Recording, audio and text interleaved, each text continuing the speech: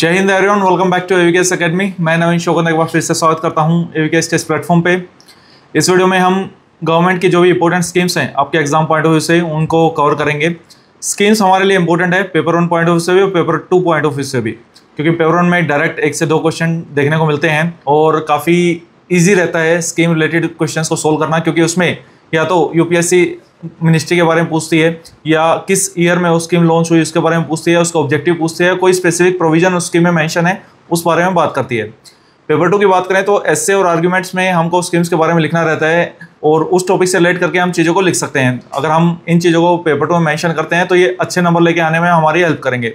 तो इस वीडियो का मुद्दा यही है कि कॉम्प्रिहेंसिव वे में चाहे पेपर 1 की बात हो या पेपर 2 की बात हो, आप अपने स्कीम्स को कवर कर सकें। इसमें वेरियस मिनिस्ट्रीज की स्कीम को 1 बाय 1 हम डिस्कस करेंगे और ये करने के बाद मैं ये आश्वासन आपको दिलाता हूँ कि आपका पेपर में क्वेश्चन नहीं छूटेगा। कुछ और पढ़ने की नीड नहीं है, इसकी पीडीएफ आपको टेलीग्राम चैनल पर मिल जाएगी।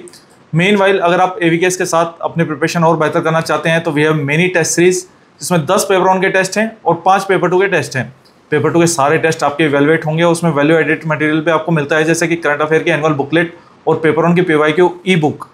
तो अगर आपको उसके रिगार्डिंग इनरोल करना है या कोई डाउट है तो आप गिवन नंबर पे कॉल कर सकते हैं, क्योंकि वो हिंदी इंग्लिश मीडियम में दोनों में अवेलेबल है, ऑनलाइन ऑफलाइन मोड दोनों में अवेलेबल है। फिर भी कोई डाउट आए तो आप कॉल करके अपने डाउट रिजोल्व कर सकते हैं। अगर आप एवीकेएस के किसी प्रोग्राम में शामिल नहीं हैं तो भी आप हमारी मेंटरशिप का पार्ट बन सकते हैं। आप गिवन नंबर पर कॉल करके अपने डाउट्स को रिजोल्व कर सकते हैं। वीडियो के लास्ट में कंप्लीटली लिखना मत भूलिएगा। मिलते हैं नेक्स्ट वीडियो में। जय हिंद।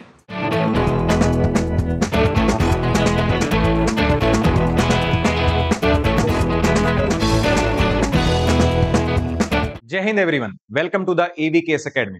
और आज के इस वीडियो सेशन में हम डिस्कस करेंगे about the government schemes and initiatives, जो कि आपके एग्जाम के पॉइंट ऑफ व्यू से बहुत इंपॉर्टेंट है। इस वीडियो सेशन में हम रिसेंट के स्कीम्स और इनिशिएटिव तो डिस्कस करेंगे ही करेंगे, लेकिन पास्ट में जो स्कीम्स और इनिशिएटिव्स सरकार ने फॉर्मुलेट की हैं उन पर भी एक नजर डालेंगे, क्योंकि ऐसा बहुत कॉमन पाया जाता है कि जो स्कीम्स को 10 साल 20 साल या 15 साल हो रहे होते हैं या 25 साल हो रहे होते हैं, तो यूपीएससी अक्सर वहां से क्वेश्चन पूछने के चांसेस ज्यादा रखता है। लेकिन क्या स्कीम्स पेपर 1 के हिसाब से इंपॉर्टेंट हैं? जी नहीं। अगर आप लोग पेपर 1 को देखें तो पेपर 1 में 1 से 2 क्वेश्चन आपको स्कीम से मिल जाएगा, जहां पर सीधे तौर पर या साफ तौर पर पूछा गया होगा कि which ministry is responsible for this scheme, और इस स्कीम में कौन बेनिफिशियरी है, या कोई ऐसा टर्म जो कि बहुत रेलेवेंट हो। लेकिन स्कीम्स पेपर 2 के लिए भी बहुत ही ज्यादा इंपॉर्टेंट है।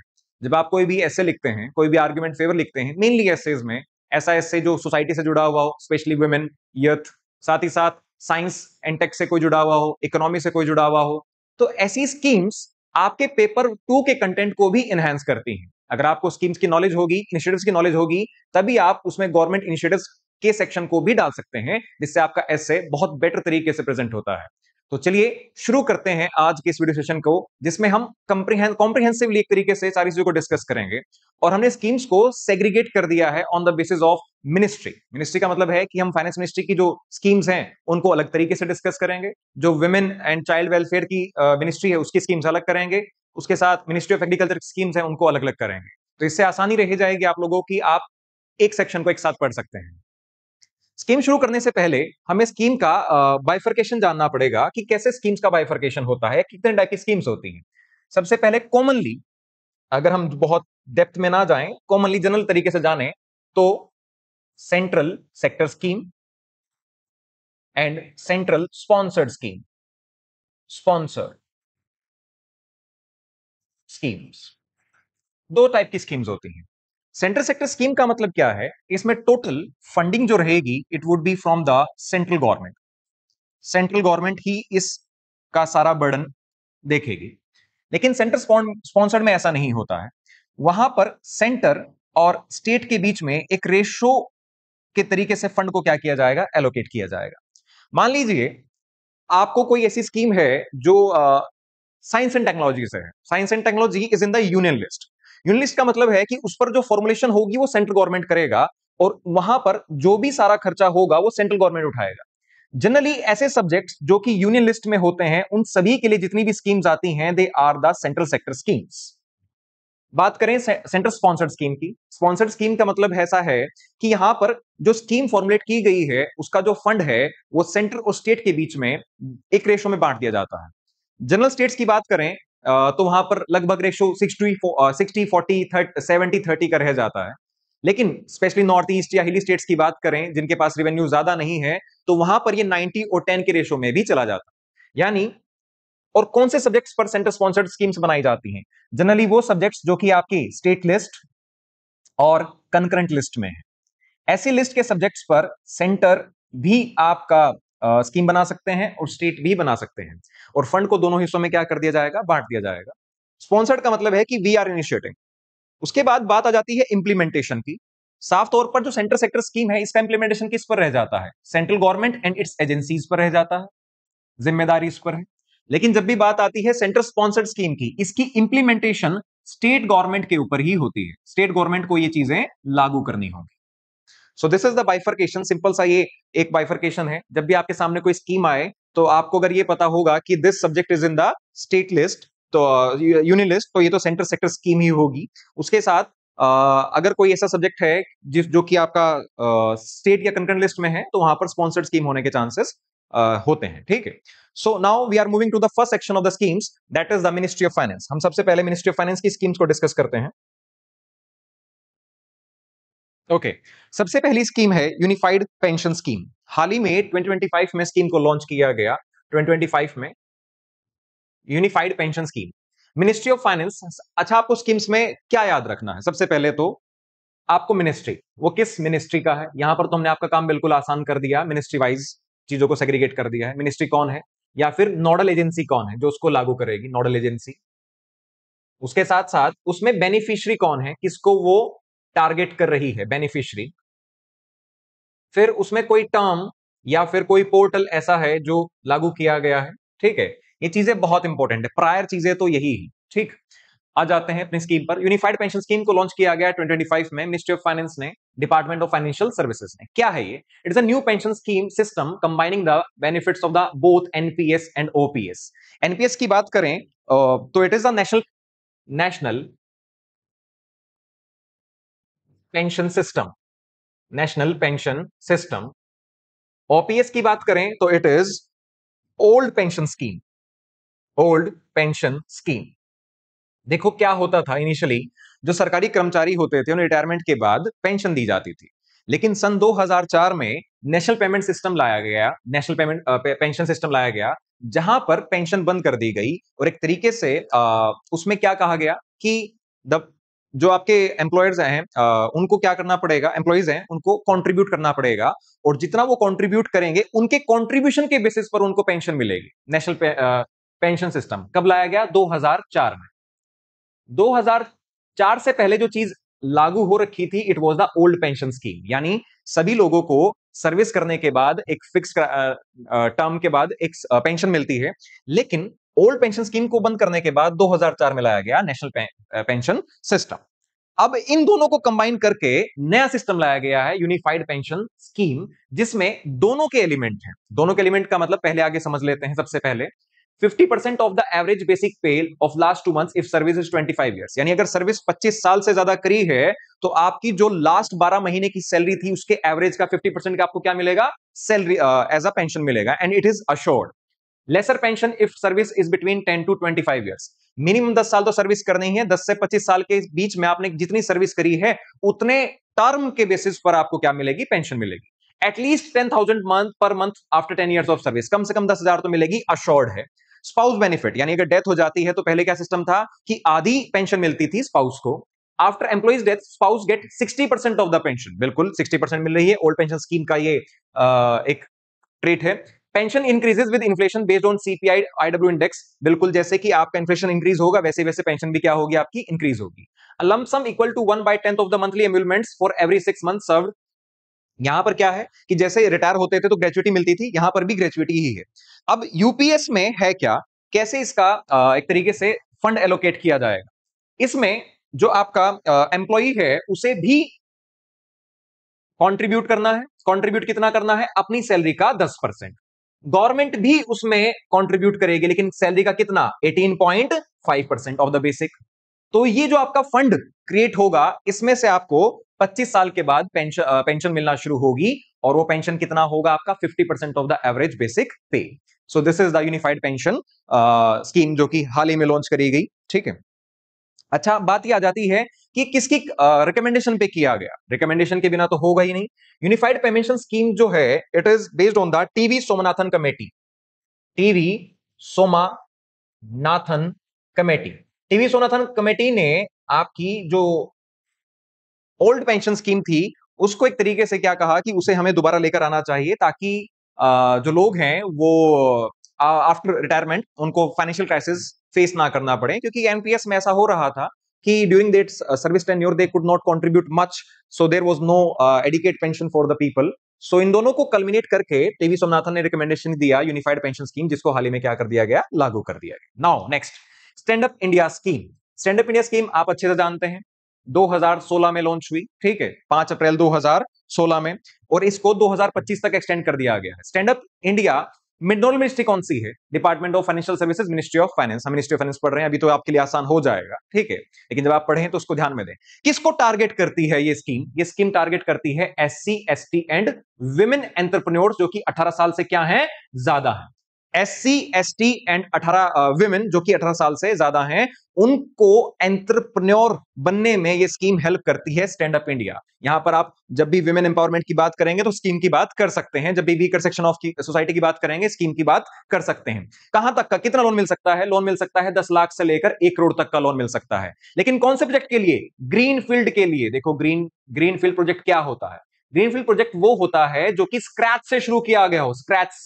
स्क्रैच से मतलब है उस जमीन पर या उस जगह पर जहां पर आप ये प्रोजेक्ट बना रहे हैं या कोई भी चीज स्टैंड कर रहे हैं, वहां पर पहले से कोई चीज ना रही हो तो उसे हम कहते हैं ग्रीनफील्ड प्रोजेक्ट। तो ग्रीनफील्ड प्रोजेक्ट को टारगेट किया जाता है स्टैंड अप इंडिया स्कीम में, और ये इसके बेनिफिशियरी कौन है भैया? SC, ST and women who are above the 18 years of as.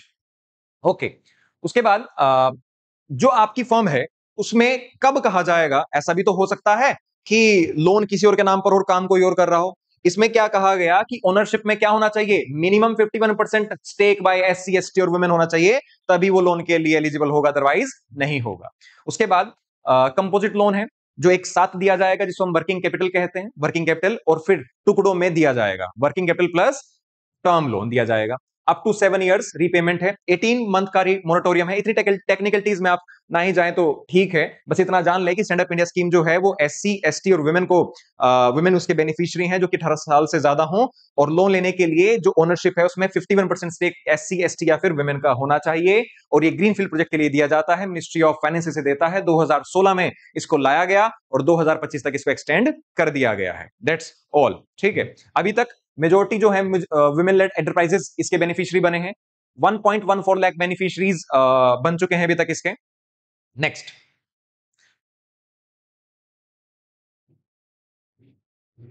Scheme is here we have, it is Pradhan Mantri Mudra योजना। दिस नंबर 3 इज लाइक यहां पर थोड़ा सा दब गया है। प्रधानमंत्री मुद्रा योजना, पीएम मुद्रा योजना, ये भी आपने अच्छे से सुनी है। पहले तो कब लॉन्च करी गई? अप्रैल 2015। ध्यान रहे कितने साल हो गए भैया? 10 साल हो गए हैं। पूछने के चांसेस ज्यादा। ऐसी कोई स्कीम 10, 20, 25 जिसको हो रहे हो, 5 हो रहे हो, उसके ज्यादा। उसके बाद अगर हम देखें कि यहां पर मुद्रा की डेफिनेशन, फुल फॉर्म कह सकते हैं, micro units development refinance agency. Refinance agency, this is the full form of मुद्रा, पीएम मुद्रा योजना। मुद्रा योजना क्या है? मुद्रा योजना में again it is kind of a entrepreneurship को इंप्रूव करने के लिए स्कीम लॉन्च करी जाती है, जिसमें आपको 3 टाइप के लोन दिए जाते हैं। कोलेटरल फ्री लोन होता है। कौन सा लोन है? कोलेटरल फ्री, यानी आपको कुछ भी गिरवी नहीं रखना है। वहां पर ऐसा नहीं था आपके स्टैंड अप इंडिया में, वहां पर कोलेटरल फ्री लोन नहीं है। Loans to the micro and small non farm enterprises, यहां पर ध्यान रहे नॉन फार्म, यानी आपको नॉन फार्मिंग में ये लोन मिलेगा। और 3 टाइप का लोन है ये, this is the basic thing, यहां पर ही सबसे जरूरी चीज है। 3 टाइप का ग्रेडेशन है। शिशु 50,000 तक का लोन, बच्चे को कहते हैं शिशु। किशोर जो कि आपका टीनेज कह सकते हैं, इसमें टीनेज से छोटा जो बच्चा होता है, ठीक है। Kishore 50,000 rupees 1 to 5 lakh and 5 lakh to 10 lakh Tarun. Shishu, Kishore and तरन। तो आपको इंक्रीजिंग एंड डिक्रीजिंग सीक्वेंस में भी याद होना चाहिए। सबसे छोटा है शिशु, उसके बाद है किशोर, उसके बाद है आपका तरुण। ऑब्जेक्टिव्स क्या है? Fund the unfunded new entrepreneurs in no farm sectors, target financial inclusion and formulation of the informal economy, उनको टारगेट किया जाए। Employment generation and reducing the jobless growth, regulate and support the micro finance institution. सबसे बड़ा term यहां पर जो सबसे जरूरी चीज है that is the financial inclusion. Financial inclusion का मतलब क्या है कि अगर हम किसी इंसान को बैंकिंग से नहीं जोड़ रहे हैं तो वो सीधे तौर पर इनफॉर्मल बैंकिंग में इनफॉर्मल उस बैंकिंग में जाएगा जहां पर उसका एक्सप्लॉयटेशन होगा ही होगा। इनफॉर्मल बैंकिंग का मतलब है कि किसी रिश्तेदार से लोन लेना, जो आपके लाइक मनी गिवर्स होते हैं, ठीक है, जो काफी ज्यादा हैवी इंटरेस्ट चार्ज कर जाते हैं, वहां पर एक्सप्लॉयटेशन हो जाता है। That is again leads to the poverty and the serious consequences. लेकिन जब कोई इंसान फॉर्मल बैंकिंग से जुड़ेगा, साथ ही साथ वो टाइम पर अगर उसकी पेमेंट्स करते हैं, साथ ही साथ अब वो अपने जो उसकी प्रॉपर्टी है उसका भी रिकॉर्ड आपके सामने होगा ही होगा, वो क्या बिजनेस चला रहा है, क्या उसकी अर्निंग हो रही है, तो एक तरीके से आप उसको फॉर्मल तरीके से जोड़ देते हैं। That will boost the economy. Loan coverage किस किस सेक्टर में, ट्रांसपोर्ट में, सर्विसेज में, फूड में, टेक्सटाइल में, नॉर्मल चीज है।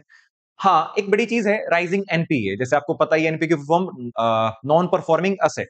जब भी बैंक लोन देता है, लोन से वो इंटरेस्ट कमाई करता है, यानी वो उसका असेट बन गया है।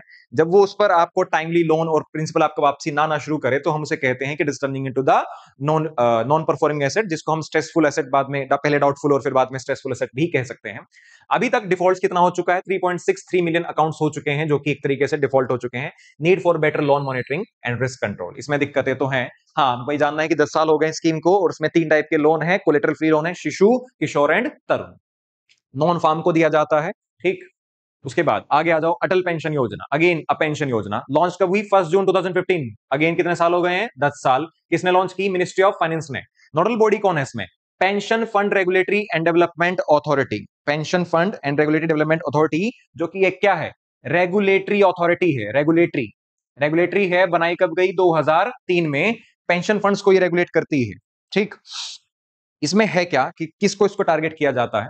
टारगेट है अनऑर्गेनाइज सेक्टर। एज कितनी? 18 से 40। ऐसे इंसान जो 18 से 40 के बीच में है, अनऑर्गेनाइज सेक्टर में काम कर रहे हैं, जो अपना काम कर रहे हैं, ठीक है। वो कुछ भी हो सकता है, वो रिक्शा चालक हो सकता है, ठीक है, वो लेबरर हो सकता है। क्या होगा? गारंटीड पेंशन मिलेगी 1000 से 5000 रुपए प्रति महीना फ्रॉम एज 60, ठीक। अब 1000 से और 5000 के बीच में जो पेंशन मिल रही है, वो वेरी क्यों कर रही है? सबको बराबर क्यों नहीं मिल रही है? क्योंकि ये डिपेंड करती है आपके कंट्रीब्यूशन पे कि आपने कितना कंट्रीब्यूट किया है। कंट्रीब्यूशन का मतलब क्या है? अगर आप 18 साल से ज्वाइन कर रहे हैं तो आप 42 रुपए से 210 रुपए तक इसमें कंट्रीब्यूट कर सकते हैं मंथली। अगर आप 40 पर ज्वाइन नहीं कर रहे हैं, 40 के बाद ज्वाइन कर रहे हैं, 291 से लेकर 1454 तक आप इसमें मंथली इंस्टॉलमेंट दे सकते हैं। जब भी आपका 60 साल पूरा होगा, आपको बंद कर देना है, उसके बाद आपको पेंशन मिलनी शुरू हो जाएगी। तो अगर आप कम कंट्रीब्यूट करते हैं, कम मिलेगा, ज्यादा कंट्रीब्यूट करते हैं तो ज्यादा मिलेगा। बेनिफिशियरी कितने हो चुके हैं? 1.1 करोड़ हो चुके हैं। एलिजिबिलिटी क्या है? इंडियन सिटीजन होना चाहिए 18 से 40 के बीच में, बैंक अकाउंट और आधार कार्ड होना चाहिए, not covered any statutory social security scheme, किसी और सोशल सिक्योरिटी स्कीम में या किसी और स्कीम, पेंशन स्कीम में उसको इन्वॉल्व होना नहीं हो, तभी वो इसका एलिजिबिलिटी क्राइटेरिया को क्या करेगा? सेटिस्फाई करेगा। तो भैया अटल पेंशन योजना 10 साल हो चुके हैं, अनऑर्गेनाइज सेक्टर के लिए है, कंट्रीब्यूशन पे डिपेंड करती है, 18 से 40 के बीच में होना चाहिए, इंडियन सिटीजन होना चाहिए, बैंक अकाउंट और आधार कार्ड उसके पास होना चाहिए, ठीक है। नेक्स्ट इज प्रधानमंत्री जन धन योजना, फेमस, 2014 में लॉन्च करी गई, 11 साल हो गए। Ministry of finance, financial inclusion of the unbanked poor through affordable access to banking, credit and insurance, pension. DBT, direct benefit transfer, यहां पर एक आइडिया है कि लोगों तक उनकी चीजें पहुंचाई जाए।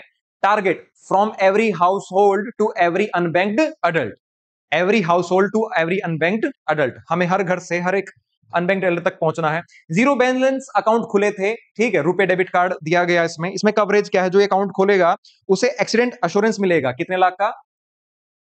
2 लाख रुपीज का एक एक्सीडेंट इंश्योरेंस मिलेगा।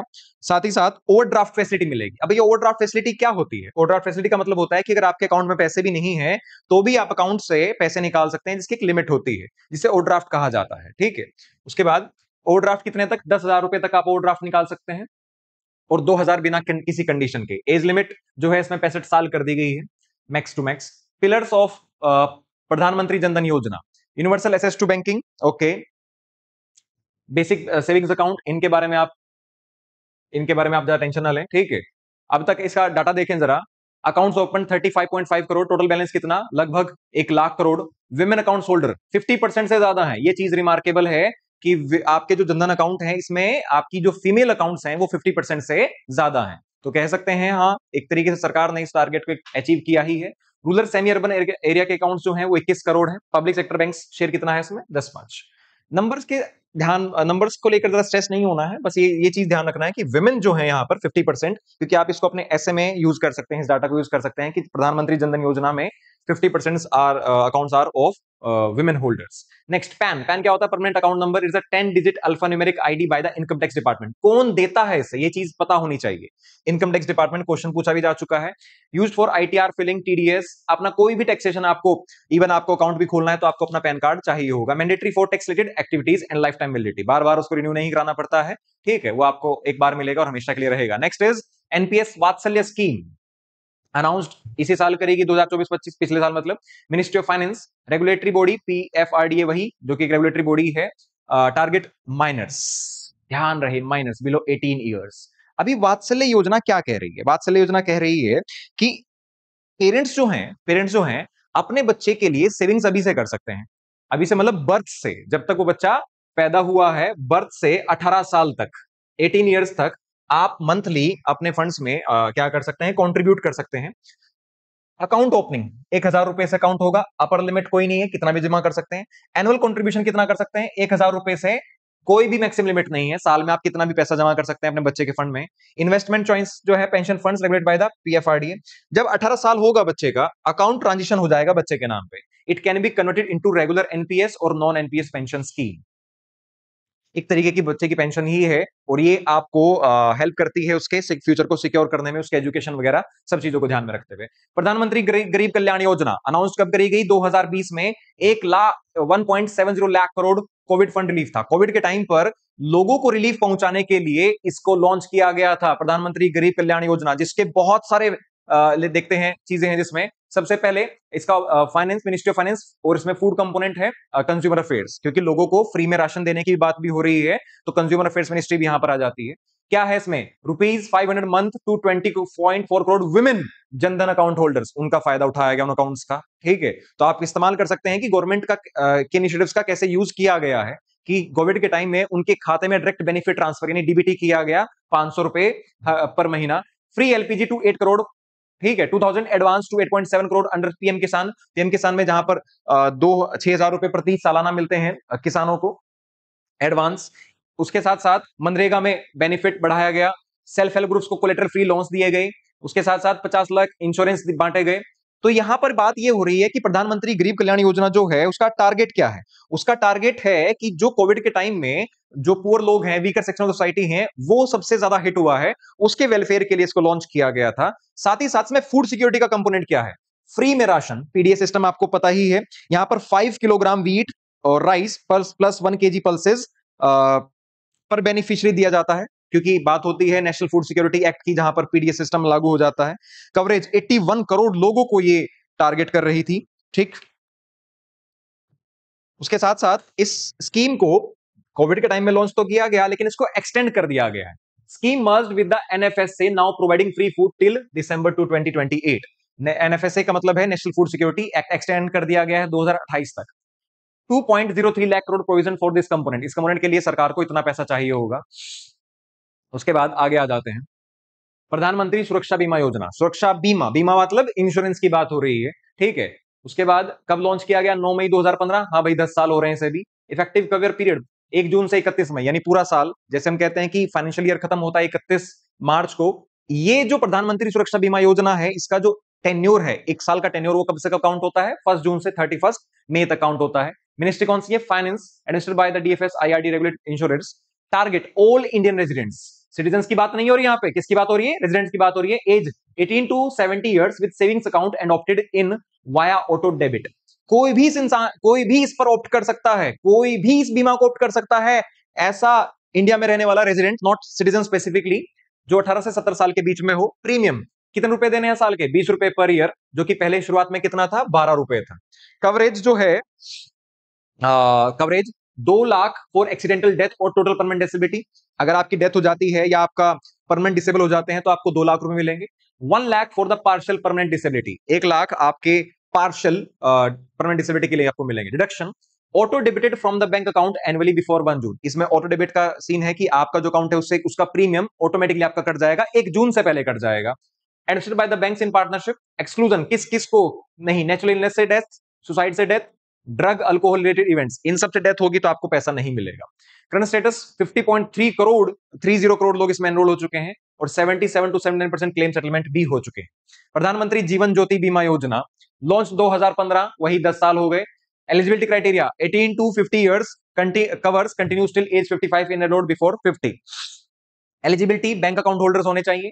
Coverage 2 lakh on death any reason, किसी भी कारण से डेथ हो 2 लाख मिलेंगे, लेकिन प्रीमियम ज्यादा है। वहां पर तो प्रीमियम कम है 20 रुपए, यहां पर प्रीमियम कितना है 330 पर एनम है। ऑटो डेबिटेड, आपके खाते से कट जाएगा। Payment mode annual auto debit from the savings account, आपके खाते से सीधा कटेगा। इसको इंप्लीमेंट कौन कर रहा है? इसको इंप्लीमेंट कर रहा है LIC, you know very well, and other insurance in tie up with the banks. Tenure है annual. Government contribution can be contribute by the ministries under public welfare fund. जी हां, इसमें गवर्नमेंट मिनिस्ट्रीज भी आपके क्या कर सकती हैं, कंट्रीब्यूट कर सकती हैं। Okay, moving to the next section is ministry of health and family welfare का देखते हैं। सबसे पहले फेमस स्कीम आपको पता ही है, आयुष्मान भारत, जिसको हम पीएम जन आरोग्य योजना के नाम से भी जानते हैं। लॉन्च कब? 2018 में। कहां से लॉन्च करी गई थी? रांची से। इसमें मिनिस्ट्री कौन सी है? Ministry of family health and family welfare, administered by agency national health authority under ministry of health and family welfare. Okay, features क्या है? कौन से ट्रीटमेंट की बात करती है? Only secondary and tertiary. Secondary and tertiary कितना फंड? 5 लाख पर फैमिली पर ईयर तक का इलाज आपको मिल सकता है। बेनिफिशियरी अब तक 12.30 करोड़। और उसके साथ साथ यहां पर इसके बेनिफिशरीज की बात की जाए तो हाल ही में इसके बेनिफिशरीज में जो आपके सीनियर सिटीजन्स हैं उनको सेपरेटली ऐड किया गया। All senior citizens age 70+ years provided 5 lakh per year coverage issued separate Ayushman Vay Vandana cards, यानी इनको सेपरेट ऐड किया गया है। साथ ही साथ मार्च 24 में inclusion of 37 lakh families of Asha anganwadi workers, उनको भी ऐड किया गया। उसके साथ साथ अगर हम इसके टोटल कवरेज की बात करें तो अब तक 12 करोड़ फैमिलीज को ये टारगेट कर चुके हैं। 12 crore families and 55 crore individuals इसके कवरेज में आ चुके हैं। उसके बाद है क्या इसमें कि भैया आपको किसी भी गवर्नमेंट पैनल्ड हॉस्पिटल में क्या मिल सकता है? इलाज मिल सकता है। Treatment possible at any empanelled public private hospital across India. साथ ही साथ ध्यान रखें, इसमें पब्लिक हॉस्पिटल तो है ही, यानी सरकारी तो है ही, साथ साथ प्राइवेट हॉस्पिटल भी इसमें इंक्लूड किया गया है। इसने अभी तक अचीवमेंट क्या की है? अचीवमेंट की है इसने कि it has reduced out of pocket OOP out of pocket expenditure by 60% and increase the tertiary care access by 65%। That's it. इसके बाद आगे आ जाए, करीबन 30,000 हॉस्पिटल्स में अब तक एम्पैनल्ड हैं और सारे जो गवर्नमेंट हॉस्पिटल्स हैं they are obligated to join, mandatory to join. Okay, next is Ayushman Bharat health infrastructure mission अभीम। वहां पर बात हुई थी अभी सेकेंडरी से टर्शरी केयर की, यहां पर बात हो रही है from primary to tertiary level, strengthen the public health infrastructure from primary to tertiary level, जिसमें इंफ्रास्ट्रक्चर को इंप्रूव करने की बात हो रही है। जैसे हम देखते हैं कि गवर्नमेंट जो हॉस्पिटल्स हैं उनमें इंफ्रास्ट्रक्चर की बड़ी दिक्कत है। Improve pandemic preparedness and surveillance system, ensure integrated labs, emergency response and digital health systems. Launch कब? 2021-22 में। उसके बाद मिनिस्ट्री कौन सी? Ministry of health and family welfare. Type central sponsored plus centre scheme, दोनों है इसमें। करंट स्टेटस सारे के सारे आपको यहां पर क्या किया जा रहा है आपको जितना पता है, सरकारी hospital primary health care centres हैं उनकी हालत अच्छे नहीं है, बेड्स नहीं है उनके पास, इंफ्रास्ट्रक्चर नहीं है, उसको बेटर करने के लिए मिशन लॉन्च किया गया था आफ्टर कोविड, क्योंकि बेड्स की कमी हमें दिखी थी। उसके बाद national health mission, okay, launch कब किया गया? 2013 में by merging national rural health mission 2005 and national urban health mission 2013, इन दोनों को मर्ज करके 2013 में इसको क्या कर दिया गया? लॉन्च कर दिया गया। इसका टारगेट क्या है? Reduce maternal and infant mortality, जो पैदा डिलीवरी होते वक्त माता की और बच्चे की मृत्यु हो जाती है उसको कम करना है। Control communicable and non communicable diseases, ठीक है, उनको कंट्रोल करना है। Improve access to the reproductive maternal and newborn child and adolescent health. इन 3 टारगेट्स पे इसका फोकस रहेगा, in maternal and infant mortality, communicable and non-communicable diseases, and access to the health beneficiaries. Okay, components: strengthening the sub centers, PHCs and CHCs, Asha workers को improve किया जाए। जननी सुरक्षा योजना, इसको आप अवॉइड कर सकते हैं। Operational in all the states and duties, okay, over 1.5 lakh health and wellness centres established. ASHA workers recognised as the critical rural health link, ASHA workers की इंपॉर्टेंस ज्यादा बड़ी है। उसके बाद आ जाती है e Sanjeevani, national telemedicine service, national medicine services. इसमें क्या है? To provide accessible, affordable and remote health care services using digital platforms, specially in the rural and unserved areas. Okay, e Sanjeevani, doctor to doctor telecommunication, doctor to doctor telecommunication है, जिसमें आपका health and wellness centres with specialist doctors, ये काम करता है hub and centre, hub and spoke पे। जैसे एक जगह मेन डॉक्टर बैठा हुआ है and these are primary health care centres, तो ये डॉक्टर से क्या कर सकते हैं, रीच कर सकते हैं। These health workers can reach to the doctor in the hub, ताकि जो आपका एक ही जगह डॉक्टर बैठकर सारे एरियाज को क्या कर सकता है, केटर कर सकता है थ्रू द डिजिटल प्लेटफॉर्म्स, इसलिए इसको नाम दिया जाता है e Sanjeevani telemedicine. E Sanjeevani OPD, ये पेशेंट टू डॉक्टर कंसल्टेशन है, आप ऑनलाइन कंसल्टेशन कर सकते हैं। Enables online health care directly from patients home. Integration with ADBM, Ayushman Bharat digital mission का हिस्सा बन जाती है ये। User can create Abha ID and link manage digital health records on the platform. Okay, launch by the ministry of family and healthcare, simple सी बात है। लक्ष्य स्कीम, लक्ष्य स्कीम का मतलब क्या है, यहां labour room quality improvement initiative है। लेबर रूम यानी जहां पर बच्चे की डिलीवरी होती है उसे हम लेबर रूम कहते हैं।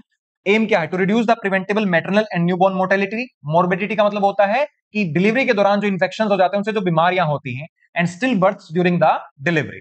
Care in labour rooms and maternity OTs and ensure respectful maternity care, respectful ध्यान रहे। बहुत जगह आप लोगों ने मूवीज वगैरह में देखा होगा कि डिलीवरी हो रही है और कोई हॉस्पिटल नहीं है तो वो पर्दा लगाकर ऐसे ही डिलीवरी कर देते हैं। That is not respectful. एक प्रॉपर तरीके से बच्चे की डिलीवरी की जाए, ये हर महिला का हक है कि उसकी डिलीवरी एक रिस्पेक्टफुल तरीके से की जाए। तो उसी को इंप्रूव करने के लिए लक्ष्य स्कीम लॉन्च करती है सरकार। Sensitization of the staff for respectful maternity care, staff बहुत सेंसिटाइज होना चाहिए इसके लिए कि हाँ, it is the dignity of the women.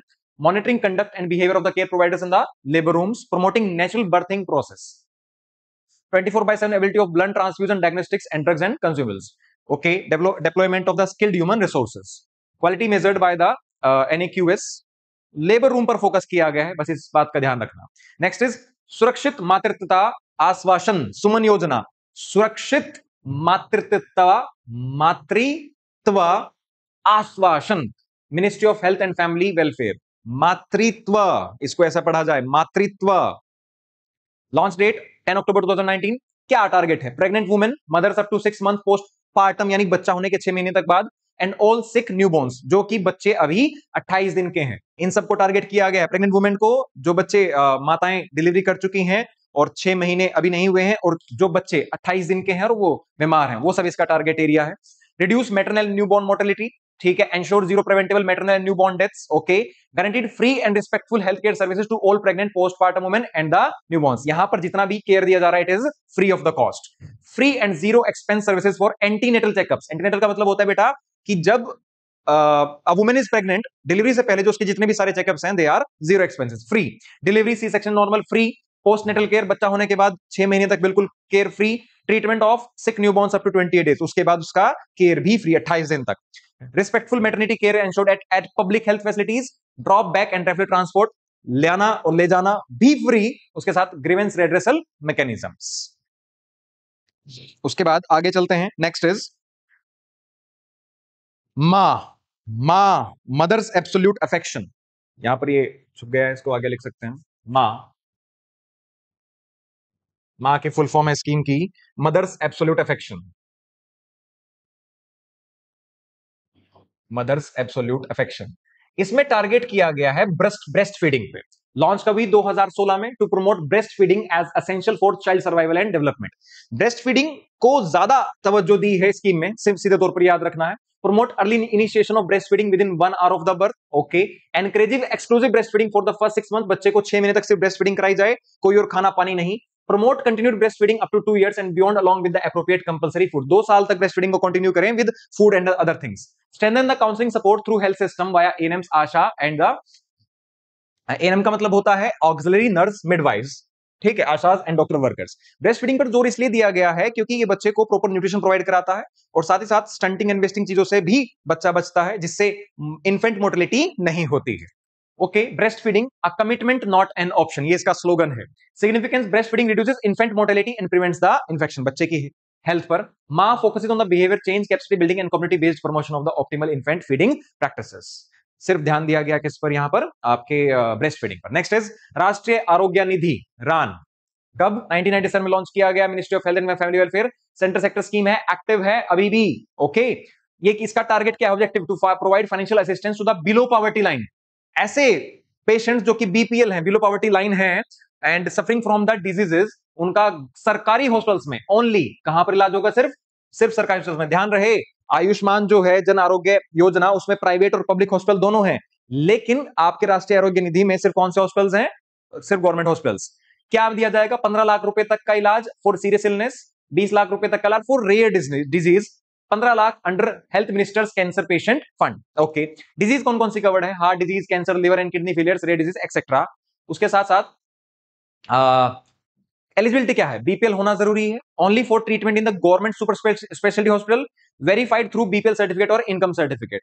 Okay, उसके बाद Kilkari scheme, Kilkari launch in 2016, ministry of health and family welfare, mobile based health education service है, यानी जो प्रेग्नेंट वुमेन है उन तक इंफॉर्मेशन को सही प्रोवाइड कराया जाए, अवेयरनेस फैलाई जाए, ताकि आगे चलकर मैटरनल मोर्टेलिटी और इन्फेंट मोर्टेलिटी का केस ना ही बने। ठीक है, to provide pregnant women and new mothers with weekly audio messages on pregnancy, weekly audio message, साथ साथ child birth and child care till the child is 1 year old. ऐसी महिलाएं जो प्रेग्नेंट हैं, जिनके बच्चे हो चुके हैं, बच्चा 1 साल तक का नहीं है, उसका टारगेट एरिया है, उनको फ्री ऑडियो मैसेजेस, ताकि उनको क्या प्रोवाइड कराई जा सके? अवेयरनेस प्रोवाइड कराई जा सके।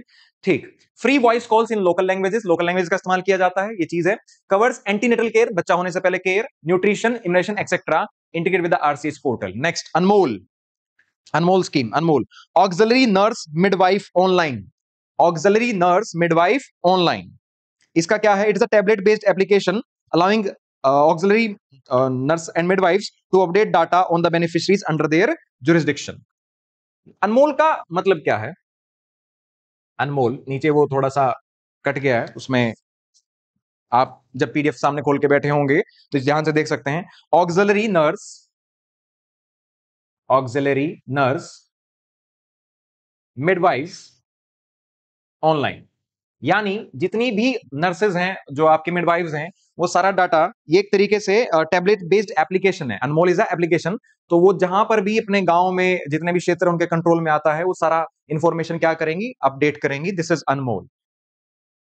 नेक्स्ट, ई रक्त कोष initiative, it is the integrated blood bank management for information system which interconnects all the blood banks of the state into a single network। सभी ब्लड बैंक्स को आपस में जोड़ देने का एक पोर्टल, एक इनिशिएटिव, ई रक्त initiative. So that is all about your Ministry of Family and Health Welfare। Now moving to the next section is Ministry of Women and Child Development। यहां पर देखते हैं हम स्कीम्स के बारे में। सबसे पहली स्कीम है सुकन्या समृद्धि योजना। सुकन्या का मतलब है कि बच्ची की बात हो रही है, समृद्धि यानी उसके वेलफेयर की बात हो रही है। Launched 22 January 2015 by PM Narendra Modi. 10 साल हो रहे हैं स्कीम को, हो गए हैं। Objective to promote savings for the girl child education and the marriage, ताकि उसके पेरेंट्स उस बचपन से उसके लिए सेविंग्स करना शुरू कर दें। एलिजिबिलिटी क्या है? गर्ल चाइल्ड के लिए होगा बर्थ से 10 साल की एज तक की जो बच्ची है वो इसमें एनरोल हो सकते हैं। अभी पैदा हुई है, ठीक है, 10 साल तक की एज है, वो एनरोल हो सकते हैं। मिनिमम 250 एंड मैक्सिमम 1.5 लाख पर फाइनेंशियल ईयर। एक साल में आप मिनिमम 250 से लेकर 250 से लेकर 1.5 लाख रुपीस तक इसमें क्या करा सकते हैं? डिपॉजिट करा सकते हैं। उसके बाद मेच्योरिटी कब होगी? Maturity is not 18, it is 21 years from the date of account opening और at the marriage after 18 years. ध्यान रहे, इसकी मेच्योरिटी दो चीजें हैं, या तो 21 साल, 21 साल कब से? जब अकाउंट ओपन किया गया है। दूसरा, मैरिज भी इसकी एक मेच्योरिटी स्टेज है, लेकिन मैरिज 18 साल से ज्यादा के बाद हो। उसके साथ साथ आप पार्शियल विड्रॉल भी कर सकते हैं इसमें से। Partial withdrawal allowed for education after age 18 और 10th क्लास। अगर आप एजुकेशन के लिए विड्रॉल करना चाहते हैं तो उसकी एज कम से कम 18 साल या फिर वो 10th क्लास पास कर चुकी हो, तभी आप उसका पार्शियल विड्रॉल, यानी पूरा अमाउंट नहीं निकाल सकते, टुकड़ों में निकाल सकते हैं। मैक्सिमम अकाउंट 2 गर्ल चिल्ड्रन पर फैमिली, एक फैमिली से 2 ही बच्चियों का एक अकाउंट खुल सकता है। अगर वहां पर ट्रिपलेट्स हैं या फिर ट्विंस हैं, वो एक्सेप्शन रहेगा, वो एक अकाउंट होगा। Premature closure allowed on the death और कंपेशनेट ग्राउंड्स, बंद भी किया जा सकता है ऑन द डेथ। मिनिस्ट्री कौन सी है? Ministry of finance. ध्यान रहे हम स्कीम कौन सी पढ़ रहे हैं? Ministry of women and child development की। उसमें कौन स्कीम? सुकन्या। ठीक है भैया, बच्चे की बात हो रही है, लेकिन पैसे की बात हो रही है, पैसे फंड की बात हो रही है, तो it will be administrated bye the ministry of finance, department of the economic affairs. ध्यान रहे, फाइनेंशियल सर्विसेज नहीं है यहां पर, डिपार्टमेंट ऑफ इकोनॉमिक अफेयर्स और मिनिस्ट्री ऑफ फाइनेंस इसकी एडमिनिस्ट्रेटिव मिनिस्ट्री है। नेक्स्ट, लिंक्ड है ये किससे? बेटी बचाओ बेटी पढ़ाओ से, इसलिए हम इसको वुमेन एंड चाइल्ड डेवलपमेंट में पढ़ रहे हैं। दो, managed by the ministry of finance, Sukanya Samriddhi Yojana is a key financial component under the broader Beti Bachao and Beti Padhao campaign, इस कैंपेन का हिस्सा है। उसके बाद बेटी बचाओ एंड बेटी पढ़ाओ जो है वो रन की जाती है ministry of women and child development and ministry of health and family welfare के थ्रू। उसके बाद नेक्स्ट, बेटी बचाओ बेटी पढ़ाओ स्कीम 2015 में लॉन्च हुई, अगेन इसको 10 साल हो रहे हैं, पानीपत हरियाणा से। नोडल मिनिस्ट्री कौन सी है? Ministry of women and child development in collaboration with ministry of health and family welfare and ministry of education. दोनों मिनिस्ट्री, तीनों मिनिस्ट्री मिलकर बेटी बचाओ बेटी पढ़ाओ चला रही हैं, ठीक है। Ministry of women and child development, ministry of health and family welfare, ministry of education and जिसको हम प्रीवियसली एचआरडी यानी ह्यूमन रिसोर्स डिपार्टमेंट भी कहते हैं, मिनिस्ट्री कहते हैं। ऑब्जेक्टिव्स क्या है? Gender biased sex selective elimination, याद आओ सीधे तौर पर। चाइल्ड सेक्स रेशो को इंप्रूव करना है, जो कि 918 पहुंच गई थी 2011 के सेंसस में। सेक्स रेशो एट बर्थ को इंप्रूव करना है। फेज 1 जो कि सबसे बुरे 100 डिस्ट्रिक्ट हैं जहां पर सेक्स रेशो बहुत खराब है, उनको टारगेट किया जाएगा। फेज 2 में 1 मोर डिस्ट्रिक्ट विद सीएसआर यानी चाइल्ड सेक्स रेशो बिलो 918 होगा। फिर पैन इंडिया एक्सपेंशन होगा from 8 March 2018 covering all the 640 district, यानी अब पूरे भारत में इसको एक्सपेंड कर दिया गया है। टारगेट क्या है? Primary young couples, pregnant lactating mothers, secondary adolescent, in-laws, doctors, private clinics, tertiary PRI, SHG, NGO, media, general public. यानी पहले बच्ची के बारे में पेरेंट्स को क्या किया जाए? अवेयर किया जाए, फिर उनकी फैमिलीज, इन लॉज, फिर पीआरआई यानी जो सेल्फ हेल्प ग्रुप्स हैं, पंचायती राज इंस्टीट्यूशंस हैं। मेजर कंपोनेंट्स हैं mass media campaign awareness, multi sectoral action, focus on the district with the poor CSR, convergence of the schemes and community mobilization, training the PRI members, grassroots workers. Okay, इस data में आप नहीं फंसे, ठीक है। इसमें हाँ एक चीज है कि boost girls enrolment in secondary education is to 80%, उसको इतना पहुंचाना ही पहुंचाना है, ठीक है। Enforce POCSO act for the child protection. Next, Pradhanmantri Matruvandan योजना, मातृवंदन योजना PMMVY।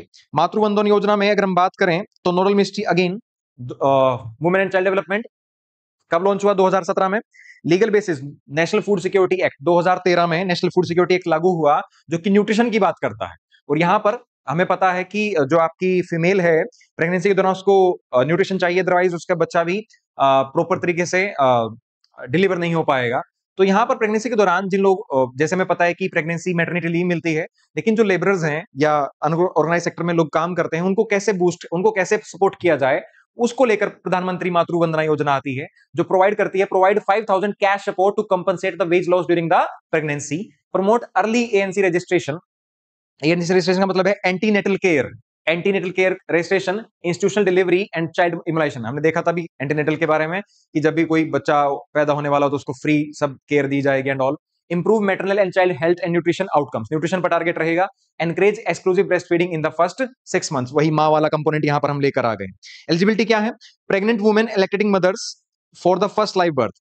एक्सक्लूड कोई भी ऐसी वुमेन जो कि सरकारी डिपार्टमेंट में काम करती हो, वो इस स्कीम का फायदा नहीं उठा सकती क्योंकि उनको तो अलग से मैटरनिटी बेनिफिट्स मिलते हैं। बेनिफिट क्या है? 5000 हैं, 3 इंस्टॉलमेंट्स में मिलेंगे। 1000 अर्ली रजिस्ट्रेशन ऑफ प्रेगनेंसी जब आप रजिस्टर कर देंगे, फिर 2000 after 6 months and first ANC पहले चेकअप के बाद मिलेंगे, 2000 पोस्ट डिलीवरी के बाद मिलेंगे, first cycle of the child immunisation के बाद। एडिशनल बेनिफिट 6000 और। सेंटर स्पॉन्सर्ड स्कीम है, स्टेट्स 60-40 यानी सेंटर 60 देगा, 60% देगा और स्टेट कितना देंगी? 40%। लेकिन नॉर्थ ईस्ट और हिल स्टेट्स कितना देंगे? 90 and 10। UTs 100% central. Next is Ujjwala scheme. ध्यान रही, उज्ज्वला स्कीम से बिल्कुल अलग है। ये उज्ज्वला स्कीम है, उज्ज्वला यानी जो ट्रैफिकिंग को टारगेट कर रही है, that Ujjwala is different. Ministry of Women and Child Development to combat trafficking of women and child for the commercial sexual exploitation through a comprehensive approach. Prevention, rescue, rehabilitation, reintegration, repatriation, ये इसके components हैं।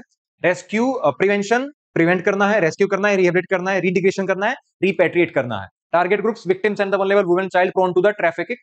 ठीक है। स्वदेश गृह scheme, ऐसी scheme जो कि destitute women के लिए है, यानी जिनके पास अपना घर नहीं है और कोई फैमिली नहीं है, उनके लिए स्कीम है। लॉन्च कब हुई थी? 2002 में। Ministry of women and child development to provide institutional support to the women in distress for leading a life with dignity and security, provide shelter, food, clothing, medical care to the destitute women, offer legal aid, vocational training and emotional support, help women reintegrate in the society and begin a dignified life.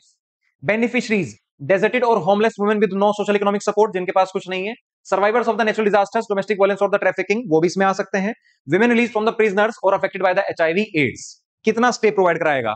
1 year domestic violence cases को, others के लिए 3 years, 5 years women above 55 years, ऐसी women जो 55 years से above उनको 5 years का stay provide कराएगा। उनके साथ अगर बच्चे हैं तो 18 साल तक के लड़कियां और 8 साल तक के बच्चे को भी साथ रखा जाएगा। इंप्लीमेंटिंग एजेंसीज क्या है? State government departments, municipal boards, PRI, public trust. Next, must have 2 to 3 years of experience in women's welfare and run on a non-profit basis, ऐसा NGO, ठीक है। नेक्स्ट, मिशन शक्ति। मिशन शक्ति 2021 ministry of women and child development umbrella scheme aimed at holistic development, protection and empowerment of women through integrated support across various stages of life। इसमें components हैं। पहला component है संबल। संबल बात करता है सेफ्टी और सिक्योरिटी की, सेफ्टी और सिक्योरिटी, जिसमें हमेशा 24/7 असिस्टेंस टू द वुमेन रहेगा against the violence. Toll free number हमेशा प्रोवाइड कराया जाता है 181, यानी वुमेन की सिक्योरिटी, वुमेन को स्ट्रेंथन करना है। सबसे पहले स्ट्रेंथन करने के लिए किस चीज पर ध्यान दिया जाए, उसकी सिक्योरिटी पर ध्यान दिया जाए। सिक्योरिटी में ध्यान देने का मतलब है कि अगेंस्ट एनीथिंग उसको वुमेन हेल्पलाइन नंबर दिया जा रहा है 181, provides medical, legal, police, counselling and temporary central services. Women को सारी सर्विस प्रोवाइड करी जा सकती है इस नंबर पर कॉल करने के बाद। उसके बाद immediate emergency support for the women in distress, accessible support across the private and public spaces. Nari Adalat, women led community dispute redressal forums headed by mukhiya Nyaya Sakhi, operates at gram panchayat level to promote the gender justice and alternate dispute resolution. Next component है संबल के बाद सामर्थ्य। सामर्थ्य यानी power, ठीक है, power देनी है उसको। बेटी बचाओ बेटी पढ़ाओ, ठीक है। उसके बाद कन्या शिक्षा प्रवेश उत्सव इसी का एक पार्ट है। पीएम मातृ वंदना योजना हमने अभी पढ़ी, सामर्थ्य उसको पावर कर रहे हैं। शक्ति सदन, institutional support for rehabilitation of the women in distress. History में भी आप लोगों ने शक्ति सदन के बारे में पढ़ा होगा। देन शक्ति निवास, safe working women hostel facility away from the home, जहां पर रखा जाए उन्हें। Women national hub for the women empowerment, replaces महिला शक्ति केंद्रास। देन पालना scheme, day care for the children 0 to 6 years of the working women, उनके बच्चों का भी ख्याल रखने की यहां पर बात की गई है। यानी मिशन शक्ति में दो कंपोनेंट है, संबल एंड सामर्थ्य। संबल बात करता है सिक्योरिटी की, सामर्थ्य प्रोवाइड करता है उन्हें एम्पावर करने की, जिसमें साथ ही साथ उनके एजुकेशन, डे केयर, उनके बच्चों का केयर, ये सब इंक्लूड हो जाता है। नेक्स्ट इज मिशन वात्सल्य। मिशन वात्सल्य, मिशन वात्सल्य ensure safety, security and holistic development of children in need of care and protection, children in conflict with law and other vulnerable children. बच्चों के लिए है, बच्चों के लिए, सिर्फ बच्चों के लिए, ठीक है। Restructure version of the child protection scheme under umbrella ICDS, यानी ये चाइल्ड प्रोटेक्शन स्कीम का एक नया रूप है। That's all about your ministry of child and family, ministry of women and child. Now ministry of agriculture, सबसे पहली scheme है प्रधानमंत्री किसान सम्मान निधि योजना। सब लोग अच्छे से जानते भी होंगे इसके बारे में। सम्मान निधि का मतलब है पीएम किसान स्कीम, जो लॉन्च की गई 2018 में। सेंटर सेक्टर स्कीम है, सारा खर्चा कौन उठाएगा, सेंट्रल गवर्नमेंट उठाएगा, जहां पर provide 6000 per year income support to the land holding farmer families to meet input cost and ensure proper crop health and yield. एक तरीके से कह सकते हैं कि उनको शुरुआत में सपोर्ट दी जा रही है ताकि वो क्रॉप उगा सकें। 6000 per year in 3 equal instalments of 2000 each via DBT यानी डायरेक्ट बेनिफिट ट्रांसफर उनके खाते में जाएगा। Now covers all land holding farmer. शुरुआत में ये सिर्फ स्मॉल एंड मार्जिनल फार्मर्स के लिए किया गया था। स्मॉल एंड मार्जिनल का मतलब है ऐसे फार्मर जिनके पास 2 हेक्टेयर से कम जमीन है, लेकिन अब ये सभी फार्मर्स के लिए इंक्लूड कर दिया गया है। 14.5 करोड़ बेनिफिशियरीज हैं, 2018 में लॉन्च किया गया।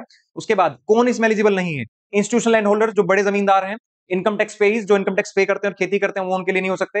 Retired sitting constitutional post holders, MPs, MLA जिनके पास जमीन है, खेती कर रहे हैं, वो इसके लिए बेनिफिशियरीज नहीं है। Professional like doctor, CA, engineers practising with registration, CA हैं और डॉक्टर हैं और खेती कर रहे हैं, उनको नहीं मिलेगा, ठीक है। इंप्लीमेंटेशन जो है, state government identify eligible farmers and maintain the digital database. State government यहां पर डाटाबेस मेंटेन प्रोवाइड करके देगी सेंट्रल गवर्नमेंट को। आधार मैंडेटरी है, यहां पर आधार मैंडेटरी है, एक्सेप्ट जो नॉर्थ ईस्ट की स्टेट्स हैं उनमें एक सेपरेट आइडेंटिटी मिलेगी, बाकी सभी स्टेट्स में आधार मैंडेटरी है। इसके साथ साथ ऐसी स्कीम्स और स्टेट में, ये तो सेंटर सेक्टर स्कीम है, लेकिन ऐसी स्कीम्स जो है वो स्टेट्स में भी लागू है। जैसे रायतु बंधु तेलंगाना में 4000 प्रति एकड़ पर एक सीजन में मिलता है। कालिया उड़ीसा में 5000, मतलब पूरे साल में जो है 10,000 प्रति ईयर मिलता है पर फार्मर। भवंतर भुगंतर योजना मध्य प्रदेश में है। आपके महाराष्ट्र में भी ऐसी स्कीम्स हैं। यानी दीज जो फार्मर सपोर्ट के लिए ऐसे स्कीम्स, सेंटर सेक्टर स्कीम जो है वो पीएम किसान है, और स्टेट्स में भी अलग अलग स्कीम्स हैं। नेक्स्ट इज प्रधानमंत्री फसल बीमा योजना। फसल बीमा, बीमा यानी इंश्योरेंस की बात हो रही है भैया, ठीक है। फरवरी 2016 में रिप्लेसेस एनएआईस यानी national agriculture insurance scheme and modified NAIS, इन दोनों को रिप्लेस कर इसे लाया गया प्रधानमंत्री फसल बीमा योजना का। मोटो क्या है, वन नेशन वन स्कीम, पूरे देश में एक scheme. Provide insurance and financial support in case of crop failure due to natural calamities, pest and disease. आपकी फसल खराब हो जाती है ड्रॉट की वजह से, फ्लड की वजह से, बारिश की वजह से, पेस्ट की वजह से या डिजीज की वजह से। Stabilise the farmers income and insure continuation farming, encourage adoption of the modern agriculture practices, ताकि जो किसान है उसे एक तरीके से बूस्ट मिले, वो नई एग्रीकल्चर प्रैक्टिस को अडॉप्ट कर सके। Ensure flow of the agriculture credit. Next uniform premium. Premium कैसा है, 2% खरीफ क्रॉप्स का, आप लोगों को पता है ये खरीफ क्रॉप्स मानसून में शुरू होती है। रबी 1.5%, कॉमर्शियल हॉर्टिकल्चर क्रॉप्स का प्रीमियम कितना है, 5% है, ठीक है। साथ साथ no cap on the government subsidy, 90% तक आपको सब्सिडी मिल जाती है। Full sum insured, no premium capping now. Technology use, किसी भी चीज के थ्रू इसको केटर किया जा सकता है। कोई सर्विस टैक्स नहीं है। All farmers growing notified crops in notified areas, जिस एरिया में जो क्रॉप नोटिफाइड है वो अगर उगा रहा है वो आपका फसल बीमा योजना का फायदा उठा सकता है। वॉलंटरी सिर्फ kharif for both the loanee and the non loanee farmers. ऐसा किसान जो लोन लिए बैठा है पहले से, वो भी फसल बीमा योजना का फायदा उठाएगा ही। Yield loss, prevented sowing, post harvest loss, harvest loss को कवर करता है। लोकलाइज्ड कैलेमिटीज, इन सबको कवर करेगा। नेक्स्ट पीएम प्रधानमंत्री किसान सिंचाई योजना, इरिगेशन से बात हो रही है भैया, ठीक है। इरिगेशन यानी पानी, पानी वैसे ही कम है। 2015 में लॉन्च हुई, 10 साल हो रहे हैं। Ensure irrigation to every farm, हर खेत को पानी and improve water use efficiency, per drop more crop का कंसेप्ट। उसके साथ साथ इसमें क्या क्या कंपोनेंट हैं? AIBP, accelerated irrigation benefit programme, complete long pending major medium irrigation projects, जो इरिगेशन प्रोजेक्ट्स उनको कंप्लीट किया जाए, नहर बनाई जाए, ठीक है, कैनाल्स बनाई जाए, हर खेत को पानी, minor irrigation, surface ground water, renovation of water bodies, command area development, traditional system. Next, पर ड्रॉप मोर क्रॉप, जो है माइक्रो इरिगेशन, और जो आपके स्प्रिंकलर्स हैं, फवारे होते हैं, उन पर सब्सिडी देने की बात करता है, sprinklers. Next, watershed development, soil moisture conservation, rain water harvesting, convergence with MNREGA, इन सबको प्रमोट किया जाए अंडर दिस स्कीम। उसके साथ साथ आगे चलें, प्रधानमंत्री किसान मान धन योजना। किसान मान धन योजना ओल्ड एज जो किसान है उनके लिए लाई गई है। 12 सितंबर 2019, social security for small and marginal farmers in old age, social and marginal farmers of old age. Okay, यहां पर पेंशन की बात हो रही है किसानों को। Voluntary and contributory pension scheme for the small and marginal farmers. Entry है 18 से 40 के बीच में आप एनरोल करेंगे। Pension starts at the age of 60, 60 के एज में आपको पेंशन मिलेगी। पेंशन अमाउंट कितनी है? 3000 रुपए पर मंथ। मंथली कंट्रीब्यूशन कितना देना है? 55 से 200 रुपए, एज डिपेंडेंट। यानी जिस एज पे आप एंट्री लेते हैं, अगर आपने 18 पे लिया तो बेसिकली आपको कितना देना है? 55 रुपए। 40 पे एंट्री लिया तो कितना देना है? 200 रुपए पर देना है आपको, ठीक है। गवर्नमेंट कंट्रीब्यूट इक्वली, जितना आप पे करेंगे गवर्नमेंट भी उतना ही पे करेगी, और सब 60 साल तक मेच्योरिटी होगी, इसके बाद आपको पेंशन मिलना शुरू हो जाएगी। मैनेज बाय एलआईसी, इसको मैनेज कौन करता है? LIC. Family benefits, spouse eligible for separate pension if contributing, अगर वो स्पाउस भी कंट्रीब्यूट कर रहा है तो उसको अलग से पेंशन मिलेगी। अगर फार्मर की डेथ हो जाती है बिफोर 60, स्पाउस कैन कंटिन्यू और विड्रॉ विद इंटरेस्ट। स्पाउस की मर्जी है कि वो जितना अमाउंट डिपॉजिट हुआ है उसको इंटरेस्ट के साथ विड्रॉ भी कर सकती है, फिर कंटिन्यू भी कर सकती है। On death after 60, spouse get 50% family pension. After death जो है 50% फैमिली पेंशन मिलेगी, यानी 1500 रुपए। After both die, corpus reverse to the fund, जो कॉर्पस है वो फंड के साथ फंड में चला जाएगा। एग्जिट भी कर सकते हैं आप, allowed after 5 years of contribution, 5 साल देने के बाद आप कंट्रीब्यूट कर सकते हैं।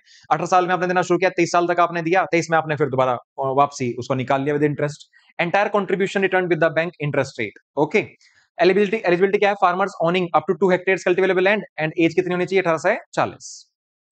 Next, national bamboo mission launched under Mission for Integrated Development of the Horticulture, MIDH, now a sub scheme of a national mission on the sustainable agriculture, NMSA। Funding, ये एक तरीके से सेंटर स्पॉन्सर्ड की scheme है उन states में जहां पर बैम्बू का कल्टीवेशन ज्यादा होता है।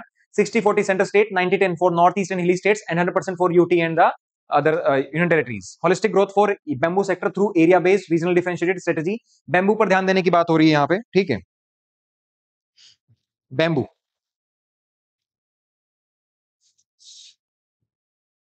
एम्प्लॉयमेंट बढ़ेगा, ठीक है, रिसर्च एंड डेवलपमेंट बढ़ेगा। फोकस जो कि बैम्बू ग्रोइंग स्टेट्स हैं। पीएम आशा, प्रधानमंत्री अन्नदाता आय संरक्षण अभियान, सुरक्षा की बात हो रही है। Ensure farmers get MSP, minimum support price for their crops. Market price often fall below MSP and farmers don't benefit from the MSP unless enforced. क्या क्या कंपोनेंट्स है? Price support scheme, physical procurement of pulses, oilseeds and copra by NAFED, cost borne by the central government, हम खरीदेंगे दालें, ठीक है। Price deficiency payment scheme, अगर oil seeds के लिए, सिर्फ oil seeds, price deficiency scheme जो है वो ऑयल सीड्स के लिए है। अगर मार्केट प्राइस कम है और एमएसपी ज्यादा है तो जो बीच में गैप है वो फार्मर्स को मिल जाएगा, सरकार देगी। सेल थ्रू नोटिफाइड मंडीज, जो सेल हो मंडीफाइड नोटिफाइड मंडीज के थ्रू होनी चाहिए। Private procurement stockist scheme, private players procure oil seeds MSP, अगर प्राइवेट प्लेयर्स को खरीदना है तो एमएसपी पर खरीदें, सर्विस चार्ज 15% का दे। सिर्फ इतना याद रखें कि प्रधानमंत्री अन्नदाता आय संरक्षण योजना है, जो एमएसपी का गैप है लोगों किसानों को नहीं मिलता, उसको फुलफिल करने के लिए दिया जाता है। राष्ट्रीय गोकुल मिशन, ओके, हमें पता है कि जो आपकी हस्बेंड्री है, husbandry is also part of the agriculture, ठीक है, एग्रीकल्चर मिनिस्ट्री। गोकुल मिशन यानी यहाँ पर जानवरों की बात हो रही है। 2014 में national programme for the bovine, bovine का मतलब है आपकी cattles, breeding and dairy development, conservation and development of the indigenous cattle breeds, Bharat की जो इंडिजिनस ब्रीड्स हैं उनको सिक्योर करने की बात हो रही है, कंजर्व करने की बात हो रही है। Preserve and promote the native breeds, native breeds क्या है? गिर, साहिवाल, राठी, थरकपार, देओनी, रेड सिंधी, ये सारी गायों की फील्ड्स हैं जो कि दूध देने वाली हैं, ठीक है। Enhance milk productivity and income of the cattle rearers, cattle rearers की इनकम को बढ़ाया जाए। Distribute the disease free high genetic merit bulls, गांव की जो पंचायत है उनको मेरिट बुल्स दिए जाए ताकि अच्छी क्वालिटी के जो ऑफस्प्रिंग है वो पैदा हो। ओके, गोकुल ग्राम्स, इसमें कंसेप्ट है integrate indigenous cattle centres set up in a native breeding and tract near metro cities, act as breeding, training and production hubs, house 1000 animals, 60% of the milk and 40% non milk. उसके बाद है agri sure fund, agri fund for startups and the rural enterprises. Okay, अब agriculture में startups को boost करने के लिए scheme लाई जाती है to support the initiative innovative high impact and technology driven startups in agriculture and rural sectors. Okay,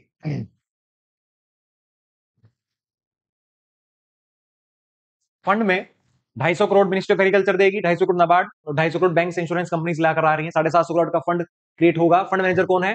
नब वेंचर्स लिमिटेड, नाबार्ड की एक सब्सिडरी। ड्यूरेशन क्या है? 10 साल का प्रोग्राम है, प्लस 2 साल इसको एक्सटेंड किया जा सकता है। टारगेट एरिया क्या है? Agri technology, food processing, animal husbandry और फिशरीज में नए स्टार्टअप्स को बूस्ट करना, farm mechanisation, waste management, biotechnology में, climate technology, renewable energy, agri value chains, FPOs, cooperatives, rural supply chains, farm level technology to support 85 startups by the end of the fund's term। ये इसका target है। So this was all about your agriculture। Coming to the next part is Ministry of Education। सबसे पहली scheme है प्रेरणा। प्रेरणा प्रेरणा का target है school education. School education का मतलब क्या है यहाँ पर? It is experimental learning programme, यानी बच्चों को साथ ही साथ पढ़ने के साथ साथ उनके एक्सपीरियंस को भी इंप्रूव किया जाए। Launched by the Department of School Education and Literary, Ministry of Education, Government of India। Objective to provide transformative and motivational experiences to the school students। Target किसको कर रहे हैं? Select students from class 9 to class 12th across India। ठीक है, ताकि goal क्या हो? To nurture leadership qualities and foster values like responsibility, creativity and national pride. यानी Prerana scheme is for the school students 9 to 12 जिनको एक होलिस्टिक उनके development की बात हो सके। Next is one nation one subscription. One nation one subscription launch by the ministry of education, implement by the INFLIBNET जो कि एक इंटरयूनिवर्सिटी सेंटर है, यूजीसी के अंडर काम करता है। इस स्कीम का काम क्या है कि भारत भर में जितने भी हायर एजुकेशन इंस्टीट्यूशंस हैं, उनके जितने भी रिसर्च पेपर हैं, वो दूसरे लोगों को भी जो दूसरे इंस्टीट्यूशन में पढ़ते हैं वो उनको असेस कराए जा सकें इजिली। और इसको through one nation one subscription बताया गया, जिससे आपस में रिसर्च क्या होगी? बेटर हो सकेगी। To democratise the access to 13,000 international academic journals for over 6,300 government run higher education institutions in India through a single national level subscription। पूरी दुनिया में, ठीक है, मान लो किसी यूनिवर्सिटी का कोई रिसर्च पेपर है और वो यहाँ के किसी इंसान को चाहिए, अपने रिसर्च में काम आने वाला है, तो वो उसको एक्सेस कर सके, इस चीज के लिए सब्सक्रिप्शन है। अब इसमें कितने थाउजेंड है? 13,000 प्लस जर्नल्स यहाँ पर इंक्लूड किए गए हैं। The single point access to major journals, Springer, Elsevier, Wiley, double I, IEEE etcetera. इससे क्या होगा? रिसर्च का जो एक तरीके से एटमॉस्फेयर है वो बेटर तरीके से इंप्रूव हो पाएगा। Equal access for tier 2 and tier 3 colleges along with the premier institute. Tier 2 और टीयर 3 कॉलेजेस में भी स्टूडेंट्स को ये एक्सेस मिल पाएगा। It will subscribe. अच्छा, अगर कोई ऐसा पेपर, ऐसा जर्नल जो इसमें इंक्लूड नहीं किया हो गया हो, यूनिवर्सिटी उसके लिए अलग से चार्ज कर सकती है। बेनिफिट्स क्या है? Equity in academic resources across regions, boost research ecosystem in India, covers 1.8 crore students and faculty, enhancing the research and innovation potential. Next is Shreyas scheme, scheme for higher education youth in apprenticeship and skills, launched by ministry of human resource development, यानी जो ministry of education है। इसका काम क्या है यार? जो vocational studies नहीं है, जैसे बीए है, बीकॉम है, बीएससी है, जो रेगुलर स्टडीज हैं, उनके एम्प्लॉयमेंट, उनके जो ग्रेजुएट्स हैं, उनका एम्प्लॉयमेंट बढ़ाया जाए, उसके लिए श्रेय स्कीम आ जाती है। To enhance the employability of general यानी non technical graduates by providing on the job work exposure through apprenticeship under national apprenticeship promotion scheme, NAPS. उसके साथ साथ targets students in BA, BSc, BCom courses, implements earn while you learn, earn while you learn, earn while you learn। यानी जब आप पढ़ रहे हैं तभी आप अपनी अप्रेंटिस के थ्रू क्या कर सकते हैं? अर्न कर सकते हैं। ये इसका एजेंडा है। Initially cover sector like BFSI, retail, health care, telecom, IT, logistics etcetera, वहां पर इन लोगों को पहुंचाया जाए। Next scheme is NEAT scheme, national educational alliance for the technology, launched by the ministry of human resource development, MHRD, यानी ministry of education, to harness the power of intelligence, artificial intelligence, to offer personalised and adaptive learning for the better outcomes in higher education. NEAT का मतलब क्या है? NEET में a central portal developed by the MHRD for assess AI based edtech solutions। उसके साथ साथ edtech partners, private companies develop learning tools and register learners on the NEET। इसमें क्या है कि सीधे तौर पर जो आपका AI है, AI को बेटर एजुकेशन में कैसे इंडक्ट किया जा सकता है, उसके लिए नीट स्कीम लाई गई है, national education alliance for the technology. Simple. Impress scheme, impactful policy research in the social sciences, social sciences में रिसर्च को बेटर करने के लिए इम्प्रेस स्कीम लाई गई। Sorry, ministry of human resource यानी ministry of education, government of India, to promote high quality social science research for the evidence based policy formulation. यानी social science का मतलब क्या है? हेल्थ है, ठीक है, सोसाइटी है, these are the social sciences. तो this is like governance, economy, social equity, public health etcetera, ये सारे सोशल साइंसेस का पार्ट है। और बेटर रिसर्च होगी तो यही सारे सेक्टर हैं जो आपको पॉलिसी फॉर्मुलेशन में हेल्प करते हैं। तो इसीलिए इसमें इंपैक्टफुल पॉलिसी रिसर्च इन सोशल साइंसेस के लिए इम्प्रेस स्कीम बनाई जाती है। इंप्लीमेंटिंग एजेंसी कौन है? Indian council of the social science research. ये कब बनाया गया? 1969 में बनाया गया। ठीक है, ओके। HEFA, ये जरूरी चीज है, higher education financing agency. Government of India and Canara bank joint venture, 91 और 9 का रेशो है। पर्पस क्या है? Finance capital assets in school, higher and medical education. High education financing तो है, लेकिन स्कूल और higher as well as medical education में जितना भी फाइनेंस चाहिए उसको फाइनेंस करता है, लेकिन एक बैंक की तरह काम कर रहा है, इसलिए registered under the section 8 non profit and regulated as NBFC by the RBI। Next, global initiative for academic networks, Gyan. ये बहुत इंपॉर्टेंट चीज हो सकती है जहां पर हम पेपर 2 में इसको इस्तेमाल कर सकते हैं। ज्ञान, global initiative for academic networks, again ministry of HRD यानी आपकी मिनिस्ट्री ऑफ एजुकेशन 2015 में लॉन्च हुआ। इसमें क्या है, यहां पर जो आपके ग्लोबली जो आपके रिसर्चर्स हैं, साइंटिस्ट हैं, उनको इंडियन एजुकेशन इंस्टीट्यूशन से कैसे कनेक्ट किया जाए, उसके लिए स्कीम को लॉन्च किया जाता है। ठीक है, to tap the global talent of scientist entrepreneurs for collaboration with Indian higher education institutes to enhance academic and the research quality, ताकि भारत में रिसर्च की क्वालिटी क्या हो सके? इंप्रूव हो सके, इसलिए ज्ञान को लॉन्च किया गया। Next objective, attract international faculty to Indian academic institutions. Okay, help Indian faculty learn advance teaching and research methodologies, यानी बच्चे तो सीखे, फैकल्टीज भी सीखे। Expose Indian students to global expertise and related latest research trends, foster collaborative research in the international experts, develop high quality course material video and print in niche areas, promote innovative pedagogical practices, यानी पढ़ाने से connected है। Imprint India, full form है impacting research innovation and technology. Impacting research innovation technology launch कब? 2015। Initiative, ये IIT plus ISC का initiative था, जहां पर major engineering and technology challenges को कैटर किया जा रहा है। Develop solution to socially relevant problems, create a road map for new engineering education policies. Focus area क्या है? यानी आपके साइंस और इंजीनियरिंग की हेल्प से health care, energy, sustainable habitat, water, nanotech, ICT, manufacturing, defence, climate change and advance material, इनको improve कैसे किया जाए थ्रू साइंस एंड इंजीनियरिंग, उसको लेकर इम्प्रिंट आया। साथ साथ इम्प्रिंट 2 आ गया। इम्प्रिंट 2 सर्ब इसकी नोडल एजेंसी है। सर्ब की बात करें तो सर्ब जो है science and engineering research board of India, science and engineering research board of India है। ठीक है, अंडर DST काम करता है। DST का मतलब क्या है? Department of science and technology. Wider institutional participation, पहले तो सिर्फ कौन पार्टिसिपेट कर रहा था? IIT और IISc, अब कौन? IITs, NITs, IIITs, ISR, CU, central universities, सब पार्टिसिपेट करेंगे इम्प्रिंट में। ये इम्प्रिंट 2 है। Emphasis on the demand driven translation research, project preferred with the industry collaboration, funding 2 crore rupees पर प्रोजेक्ट, एंड अभी तक 425 प्रोजेक्ट्स को टारगेट किया गया है। यानी इम्प्रिंट का मतलब है कि इंजीनियरिंग और साइंस की हेल्प से कैसे जो आपके ये सारे सब्जेक्ट्स हैं, एनर्जी है, सस्टेनेबल है, हेल्थ केयर, इसको कैसे बेटर किया जा सके। पहले सिर्फ IIT और IC अब इसमें पार्टिसिपेट कर रहे थे, अब सारी यूनिवर्सिटी, सारे इंस्टीट्यूशंस में पार्टिसिपेट कर रहे हैं। पार्टनर्स हैं MHRD, DST and 27 ministries. Okay, जिज्ञासा, स्टूडेंट्स साइंटिस्ट कनेक्ट प्रोग्राम। यहां पर हमने क्या कर दिया है? साइंटिस्ट को स्टूडेंट को क्या कर दिया है? एक साथ जोड़ दिया है। तो जब भी बात आ रही है बेटर एजुकेशन की, जिज्ञासा स्कीम को आप लेकर आ सकते हैं। CSR इन कोलैबोरेशन विद केंद्रीय विद्यालय संगठन, KVS, क्या किया गया है? Connects 1151 KVs with the 38 CSR labs. Objective क्या है? To inculcate the scientific temper and curiosity in the school students, ताकि बच्चों में बचपन से ही साइंस को लेकर क्या हो? क्यूरियोसिटी हो, रिसर्च को आगे चलकर बढ़ावा मिले, ताकि हमें ब्रेन ड्रेन की दिक्कत ना सहनी पड़े, चाहे स्पेस हो, चाहे हमारा डिफेंस हो। हमें ब्रेन ड्रेन का बहुत इशू हो जाता है कि लोग पढ़कर बाहर चले जाते हैं, प्लस हमारे पास टेक्नोलॉजी की दिक्कत है, रिसर्च की दिक्कत है, रिसर्च ज्यादा बढ़ेगा। Bridge classroom learning with the lab based research experiences. Okay, this is about the जिज्ञासा scheme. That's all about your Ministry of Education. Now moving to the next part is Ministry of Science and Technology.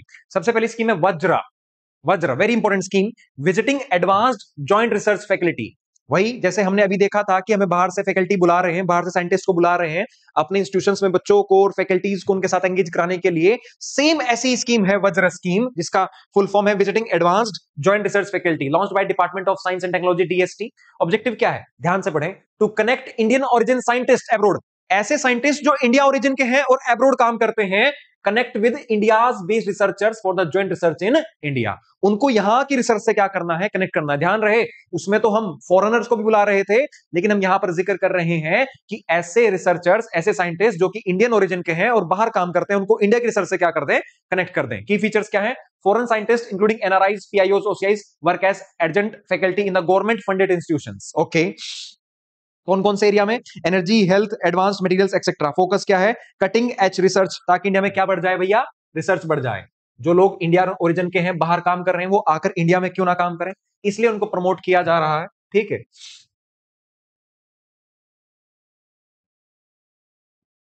देखो उन्हें यहां बुलाने के लिए foreign faculty will get $15,000 for the first month and $10,000 for the latter months. It's a huge money. ठीक है, encourages knowledge exchange and strengthen the India's research ecosystem. इससे India का रिसर्च इकोसिस्टम बेटर होगा। Next is biotech Kisan scheme. किसान से जुड़ी हुई है लेकिन बायोटेक आ गई, यानी साइंस एंड टेक आ गई है, यानी सिंपल तौर पर बायोटेक रिसर्च की बात हो रही होगी। Biotech Krishi innovation science application network launch by department of biotechnology, ministry of science and technology. ध्यान रहे, एग्रीकल्चर मिनिस्ट्री नहीं है। ऑब्जेक्टिव क्या है? To empower farmers through biotechnology applications for improved agriculture. Agriculture को कैसे इंप्रूव किया जाए? Farmer centric programmes promoting lab to land biotech innovations. उनकी बीमारियों को लेकर, फसलों की जो बीमारियां हैं उनको लेकर सॉल्यूशंस प्रोवाइड कराए जाएंगे। ठीक है, बायोटेक किसान स्कीम के थ्रू। Connect scientist with the farmers directly to address the local issues. किसी एरिया में किसी फसल में बीमारी आ जाती है तो किसानों को सॉल्यूशन नहीं मिलता, तो वो डायरेक्टली किससे कनेक्ट कर सकते हैं? साइंटिस्ट से कनेक्ट कर सकते हैं थ्रू दिस स्कीम, यानी साइंटिस्ट को सीधा फार्मर से कनेक्ट किया जाएगा। Focus on the small and marginal farmers, specially north east, specially and the women centric districts. Implementation through 50 plus biotech kisan hubs in agriculture universities and Krishi Vigyan केंद्रास, यानी agriculture universities और कृषि विज्ञान केंद्रास हैं, टोटल लगभग 50 ऐसे हब बनाए जाएंगे। नेक्स्ट है NIDHI scheme 2016 launch by department of science and technology. Year objective to nurture knowledge and tech based innovation into successful startups through funding, incubation and acceleration। सीधे तौर पर किसी के पास आइडिया है, आइडिया को हम उस इनोवेशन में कन्वर्ट कर सकते हैं, स्टार्टअप में कन्वर्ट कर सकते हैं, इसलिए निधि स्कीम बनाई गई। Umbrella scheme to support the startup from the idea to the market. Idea से मार्केट तक कैसे पहुंचाया जाए उसके लिए निधि स्कीम है, department of science and technology की है। इसकी बाकी सारी चीजों में आप ना फंसे। ठीक है, next is inspire scheme. Inspire scheme जो है, वैसे देख सकते हैं निधि इसके कंपोनेंट्स हैं, 8 component. Nidhi GCC, NIDHI Prayas, NIDHI EIR, NIDHI startup NIDHI, NIDHI TBI, NIDHI accelerator, NIDHI triple S, NIDHI COE centre of excellence for startups. Next is inspire scheme launch by the department of science and technology DST to attract, inspire to attract young talent towards the science and build a strong research and development base in India. Talent को बुलाना है, ठीक है, ताकि research and development में उसका ध्यान बढ़े और साथ ही साथ हमें रिसर्च के लिए टैलेंटेड पूल मिल जाए। Focus on the science promotion not competitive exam. Science को प्रमोट करना है, एग्जाम्स को प्रमोट नहीं करना है। Encouraging the scientific temperament from an early age. Target school from the school to the research level. बच्चों को टारगेट किया जाता है, कॉलेज के बच्चों, स्कूल के बच्चों को, कॉलेज के बच्चों को। ठीक है, नेक्स्ट सीड्स, इसी में है seeds scheme for early attraction of the talent. किस किस को टारगेट किया जा रहा है? 10 से 15 साल के बच्चे जो कि क्लास 6 से 10 तक होते हैं। Inspire awards 5,000 each for 2 lakh students per year. यानी सीड्स स्कीम में क्या किया जाएगा? हर साल 2 लाख बच्चों को सिलेक्ट किया जाएगा जो जिनके पास आइडियाज होंगे और उन्हें अवार्ड दिया जाएगा 5,000 रुपीज पर ईच। इससे बच्चों में जो है इसकी तरफ एक तरीके से रुझान बढ़ेगा। ठीक है, objective introduce students to the joy of scientific innovation. Next component जो इसका आपको मिलेगा that is the SHE scholarship for the higher education. Scholarship for class 12 pass out pursuing BSc integrated MSc natural sciences. यानी ऐसे बच्चे जो 12th के पास कर चुके हैं और वो BSc या फिर इंटीग्रेटेड MSc कोर्स कर रहे हैं, उनको 80,000 रुपए प्रति ईयर तक की आपको क्या मिलेगी? स्कॉलरशिप मिलेगी। लेकिन 12th पास करने में जो टॉप 1% बच्चे होंगे उन्हीं को ये स्कॉलरशिप मिलेगी। शी है ये, शी मतलब scholarship for the higher education. ये कंपोनेंट है किसका? आपका इंस्पायर स्कीम का। Next Vaibhav scheme. वैभव को ध्यान से देखें, वैश्विक भारतीय वैज्ञानिक फेलोशिप, वैज्ञानिक यानी साइंटिस्ट, वैश्विक भारतीय वैज्ञानिक fellowship, ministry of science and technology, implementing agency department of science and technology DST, strengthen scientific collaboration between Indian diaspora and Indian research institution. Okay, ऐसे लोग जो बाहर रहते हैं, इंडियंस ओरिजिन से, उनको इंडियन डायस्पोरा कहा जाता है, उनको इंडिया के रिसर्च इंस्टीट्यूशन से जोड़ना है। देखो वज्र में हम किसको जोड़ रहे थे? इंडियन रिसर्चर्स को, साथ ही साथ इंडियन साइंटिस्ट को जो कि इंडियन ओरिजिन के हैं और बाहर रहते हैं। लेकिन वैभव स्कीम में हम क्या कर रहे हैं? इंडियन डायस्पोरा कनेक्ट कर रहे हैं। Targets scientist technologist of Indian origin NRI in the active in the global research, जो एक्टिव हैं। Encourage collaborative research with Indian higher education institutions, university, scientific institution. Fellows to spend up to 2 months per year. इसमें fix कर दिया गया कम से कम साल में 2 महीने आपको देने ही देने। कितने साल तक? 3 साल तक एट इंडियन होस्ट इंस्टीट्यूशन। उसके लिए आपको 4 लाख पर मंथ एज फेलोशिप ग्रांट मिलेगी। International and domestic travel coverage मिलेगा आने जाने का, and accommodation and the contingencies included होंगी। सेम वजह जैसी स्कीम है। इसको आप अगेन किस लिए यूज कर सकते हैं? पेपर 2 में यूज कर सकते हैं, जहां पर भी बात होगी रिसर्च बढ़ाने की, जहां पर भी बात होगी स्पेस रिसर्च की, जहां पर भी बात होगी AI की, कि इंडिया में टैलेंट पूल की कमी है, तो सरकार उसके लिए क्या कर रही है कि जो इंडियन ओरिजिन के लोग हैं वज्र स्कीम के थ्रू और आपके वैभव स्कीम के थ्रू उनको क्या कर रहे हैं, इंडिया में दोबारा लाने की कोशिश कर रहे हैं। लाने का मतलब है कि they can be connected to the Indian research as well and they can boost the research ecosystem in India. That's it. Okay, moving to the next part is Ministry of Housing and Urban Affairs Ministry की schemes देखते हैं। सबसे पहले है PM Svanidhi. PM Svanidhi की full form है PM यानी प्रधानमंत्री street vendors Atmanirbhar Nidhi. Covid के टाइम पर जो स्ट्रीट वेंडर्स थे, चाहे रिक्शा वाला हो, सब्जी वाला हो, उनकी इनकम हिट हुई थी, तो उनको प्रमोट करने के लिए, उनको सपोर्ट देने के लिए स्कीम को लाया गया। तो ऑब्वियसली 2020 में लाई गई, ठीक है, 5 साल हो रहे हैं इसे। पहले 2022 तक इसको लागू किया गया था, लेकिन बाद में इसको एक्सटेंड कर दिया गया। पार्टनर कौन है? सिडबी। इसमें फंड दिया जाता है to provide affordable working capitals to street vendors whose livelihoods were hit by the कोविड-19 lockdown. Target beneficiary street vendors urban plus peri urban plus rural areas, सभी एरियाज में। हॉकर्स, रेहड़ी वाला, ठेले वाला supplying daily goods and services. Target है over 50 lakh street vendors. क्या है? लोन दिया जाता है वर्किंग कैपिटल ऑफ 10,000 ताकि वो अपना बिजनेस दोबारा शुरू कर सके। Repayment monthly instalment within 1 year. Okay. PM Awas Yojana urban, घर देने की बात हो रही है भैया। लॉन्च 25 जून 2015, इसको 5 साल हुए हैं और इसको हुए हैं 10 साल, ठीक है। Nodal ministry of housing and urban affairs, house for all by 2022, लेकिन जिसको एक्सटेंड कर दिया गया 31 दिसंबर 2025 तक for completing the sanction houses. Okay, central sponsored scheme है। ओके, बेनिफिशियरीज क्या है? इकोनॉमिक वीकर सेक्शन जिनकी इनकम 3 लाख से कम है, लो इनकम ग्रुप्स 3 से 6 लाख, मिड इनकम ग्रुप्स 6 से 12 lakh, mid income groups second 12 से 18 लाख। कंडीशंस क्या है कि किसको मिलेगा घर? किसी घर में no pucca house in the family name, preference to the SC ST OBC women disable and transgender. ठीक, घर देने की बात हो रही है यहाँ पर पीएम आवास योजना में, इसको एक्सटेंड कर दिया गया है। उसके साथ साथ इसमें सबसे जरूरी चीज क्या है? पीएम आवास योजना 2.0 लॉन्च हुआ 2024 में। Focus on the small and mid size cities, tier 2 और टीयर 3 पर भी आ गए हैं, जिसमें टारगेट किया गया है 7.10 लाख हाउसेज का जून 2025 तक। इसमें सबसे जरूरी चीज अगर आपको मिलेगी तो दैट इज फीमेल ओनरशिप और joint ownership mandatory. Female ownership और जॉइंट ओनरशिप यानी जो घर मिलेगा वो वुमेन के नाम पर रजिस्टर होना चाहिए या जॉइंट ओनरशिप होना चाहिए, मैंडेटरी है। तो एक तरीके से विमेन एम्पावरमेंट को यहाँ पर दिखाया जा रहा है कि विमेन के नाम पे प्रॉपर्टी जो है इनहेरिटेंस ऑफ द प्रॉपर्टी का टाइटल हम देख सकते हैं कि यहाँ पेपर टू में यूज कर सकते हैं। Okay, next is Amrut mission, Atal mission for regeneration and urban transformation. शहरों को सुधारीकरण के लिए इसको मिशन को लाया जाता है। 2015 में 10 साल हो रहे हैं, covering 500 cities. Targets water supply, sewerage, storm drainage and non motorised transport and green spaces, इन सबको टारगेट करता है। अमरूद 2.0 लॉन्च किया गया 2021 में, 2026 तक इसको एक्सटेंड किया जाता है। ओके, कंपोनेंट्स क्या है इसके? जैसे मैंने बताया कि water supply, sewerage, storm drainage, non motorised transport और ग्रीन स्पेसेस, शहरों को बहुत बेहतर बनाने का काम अमरूद का है, ठीक है। उसके बाद अगर हम इसकी डेवलपमेंट्स की देखें तो कोची में, तमिलनाडु कोची में एक वाटर टैंक जिससे 25,000 घरों को फायदा। तमिलनाडु में ऐसा ही एक वाटर के लिए सीवर नेटवर्क बिछाना। लुधियाना में 24/7 वाटर प्रोवाइड कराना। चेन्नई में भी जो है सेम थिंग। उत्तर प्रदेश में ड्रिंकिंग वाटर। अगर बात की जाए, अमरूद जो है वो एक सेंट्रल स्पॉन्सर्ड है, यानी जहां की पॉपुलेशन, जिन शहरों की पॉपुलेशन 10 लाख से कम है वहां पर 50% प्रोवाइड कराएगा सेंट्रल गवर्नमेंट। जिनकी 10 लाख से ज्यादा है वहां पर 33, और बाकी सारा खर्चा जो है स्टेट गवर्नमेंट एंड लोकल जो अर्बन बॉडीज हैं वो उठाएंगी। नेक्स्ट मिनिस्ट्री ऑफ एमएसएमई पर आ जाते हैं हम। Micro small and medium enterprises, zero defect and zero effect certification scheme, यानी आपको ऐसा प्रोडक्ट बनाना है जिसमें कोई जीरो इफेक्ट ना हो और उसका जीरो इफेक्ट यानी इन्वायरमेंट पर भी कोई गलत इफेक्ट ना पड़े, आपको ऐसा प्रोडक्ट बनाना है, ठीक है। इंडिया का टारगेट है नेट जीरो एमिशन 2070 तक। Launch by ministry of MSME, promotes ZED, zero defect zero effect manufacturing among the MSME, aims to enhance quality, productivity, technology adoption and reduce environmental impact. Objectives जो हैं, introduction of MSME to manufacture high quality eco-friendly products, promotes ZE ecosystem to boost competitiveness and exports, promotes public awareness to demand the ZET rated products। यानी इसमें आम जनता को भी promote किया जा रहा है ताकि वो क्या खरीदें, जीरो डिफेक्ट प्रोडक्ट खरीदें। एमएसएमई को रिकॉग्नाइज किया जाएगा, इसके लिए उसे उद्यम पोर्टल पर क्या करना पड़ेगा, रजिस्टर करना पड़ेगा। ऑल्सो एप्लीकेबल फॉर अदर जो पोर्टल पर नहीं है।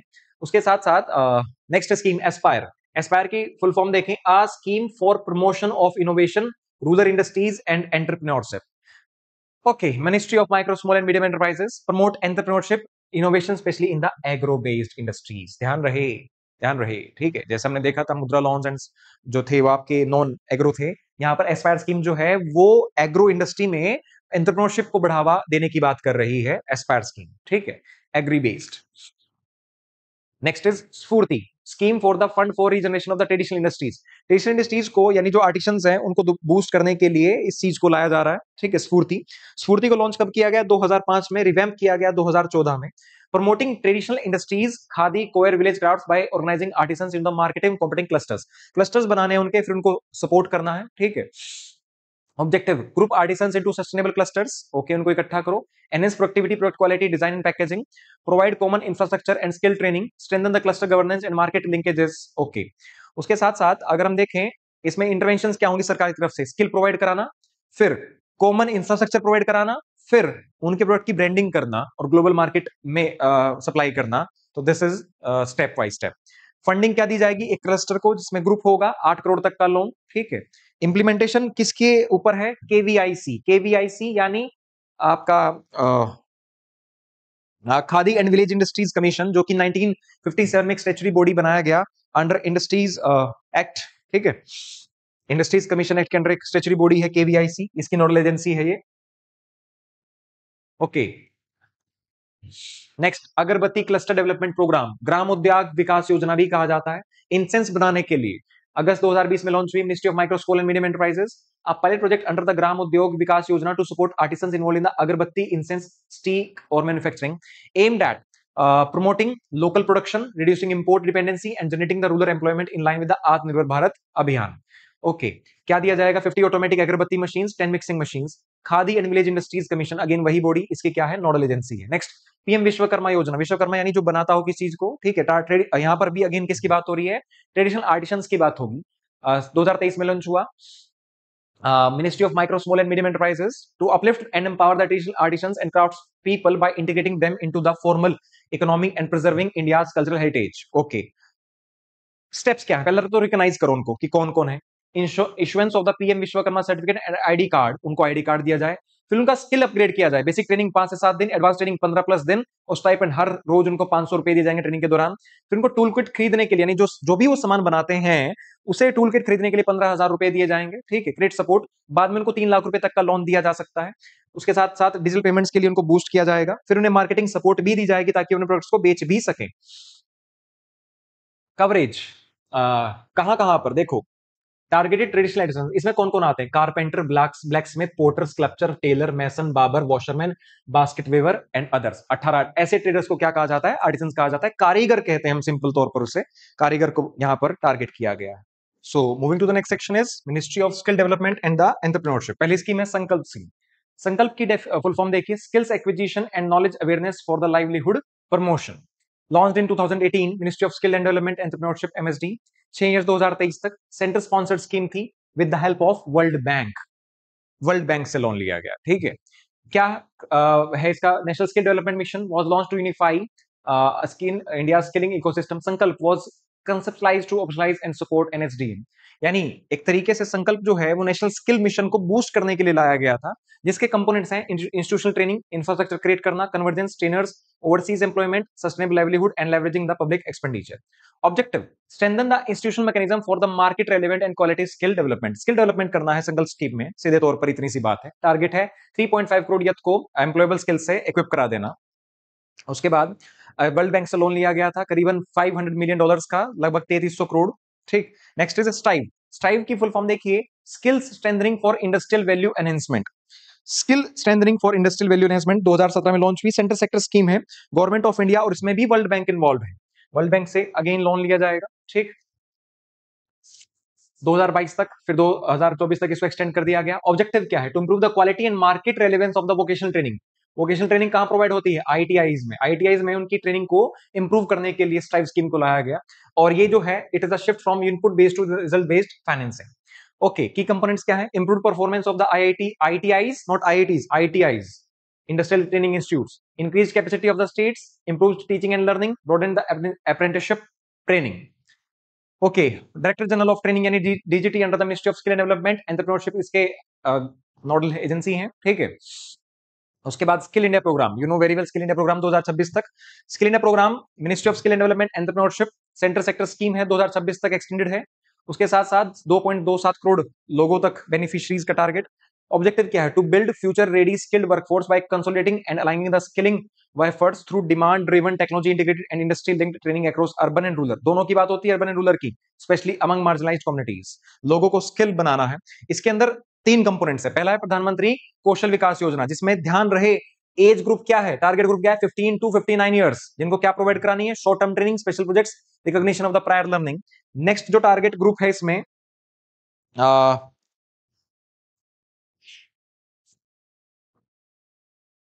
नेशनल हाँ नेशनल अप्रेंटिसशिप प्रमोशन स्कीम, इसका टारगेट ग्रुप जो है वो 14 to 35 ईयर्स तक का है।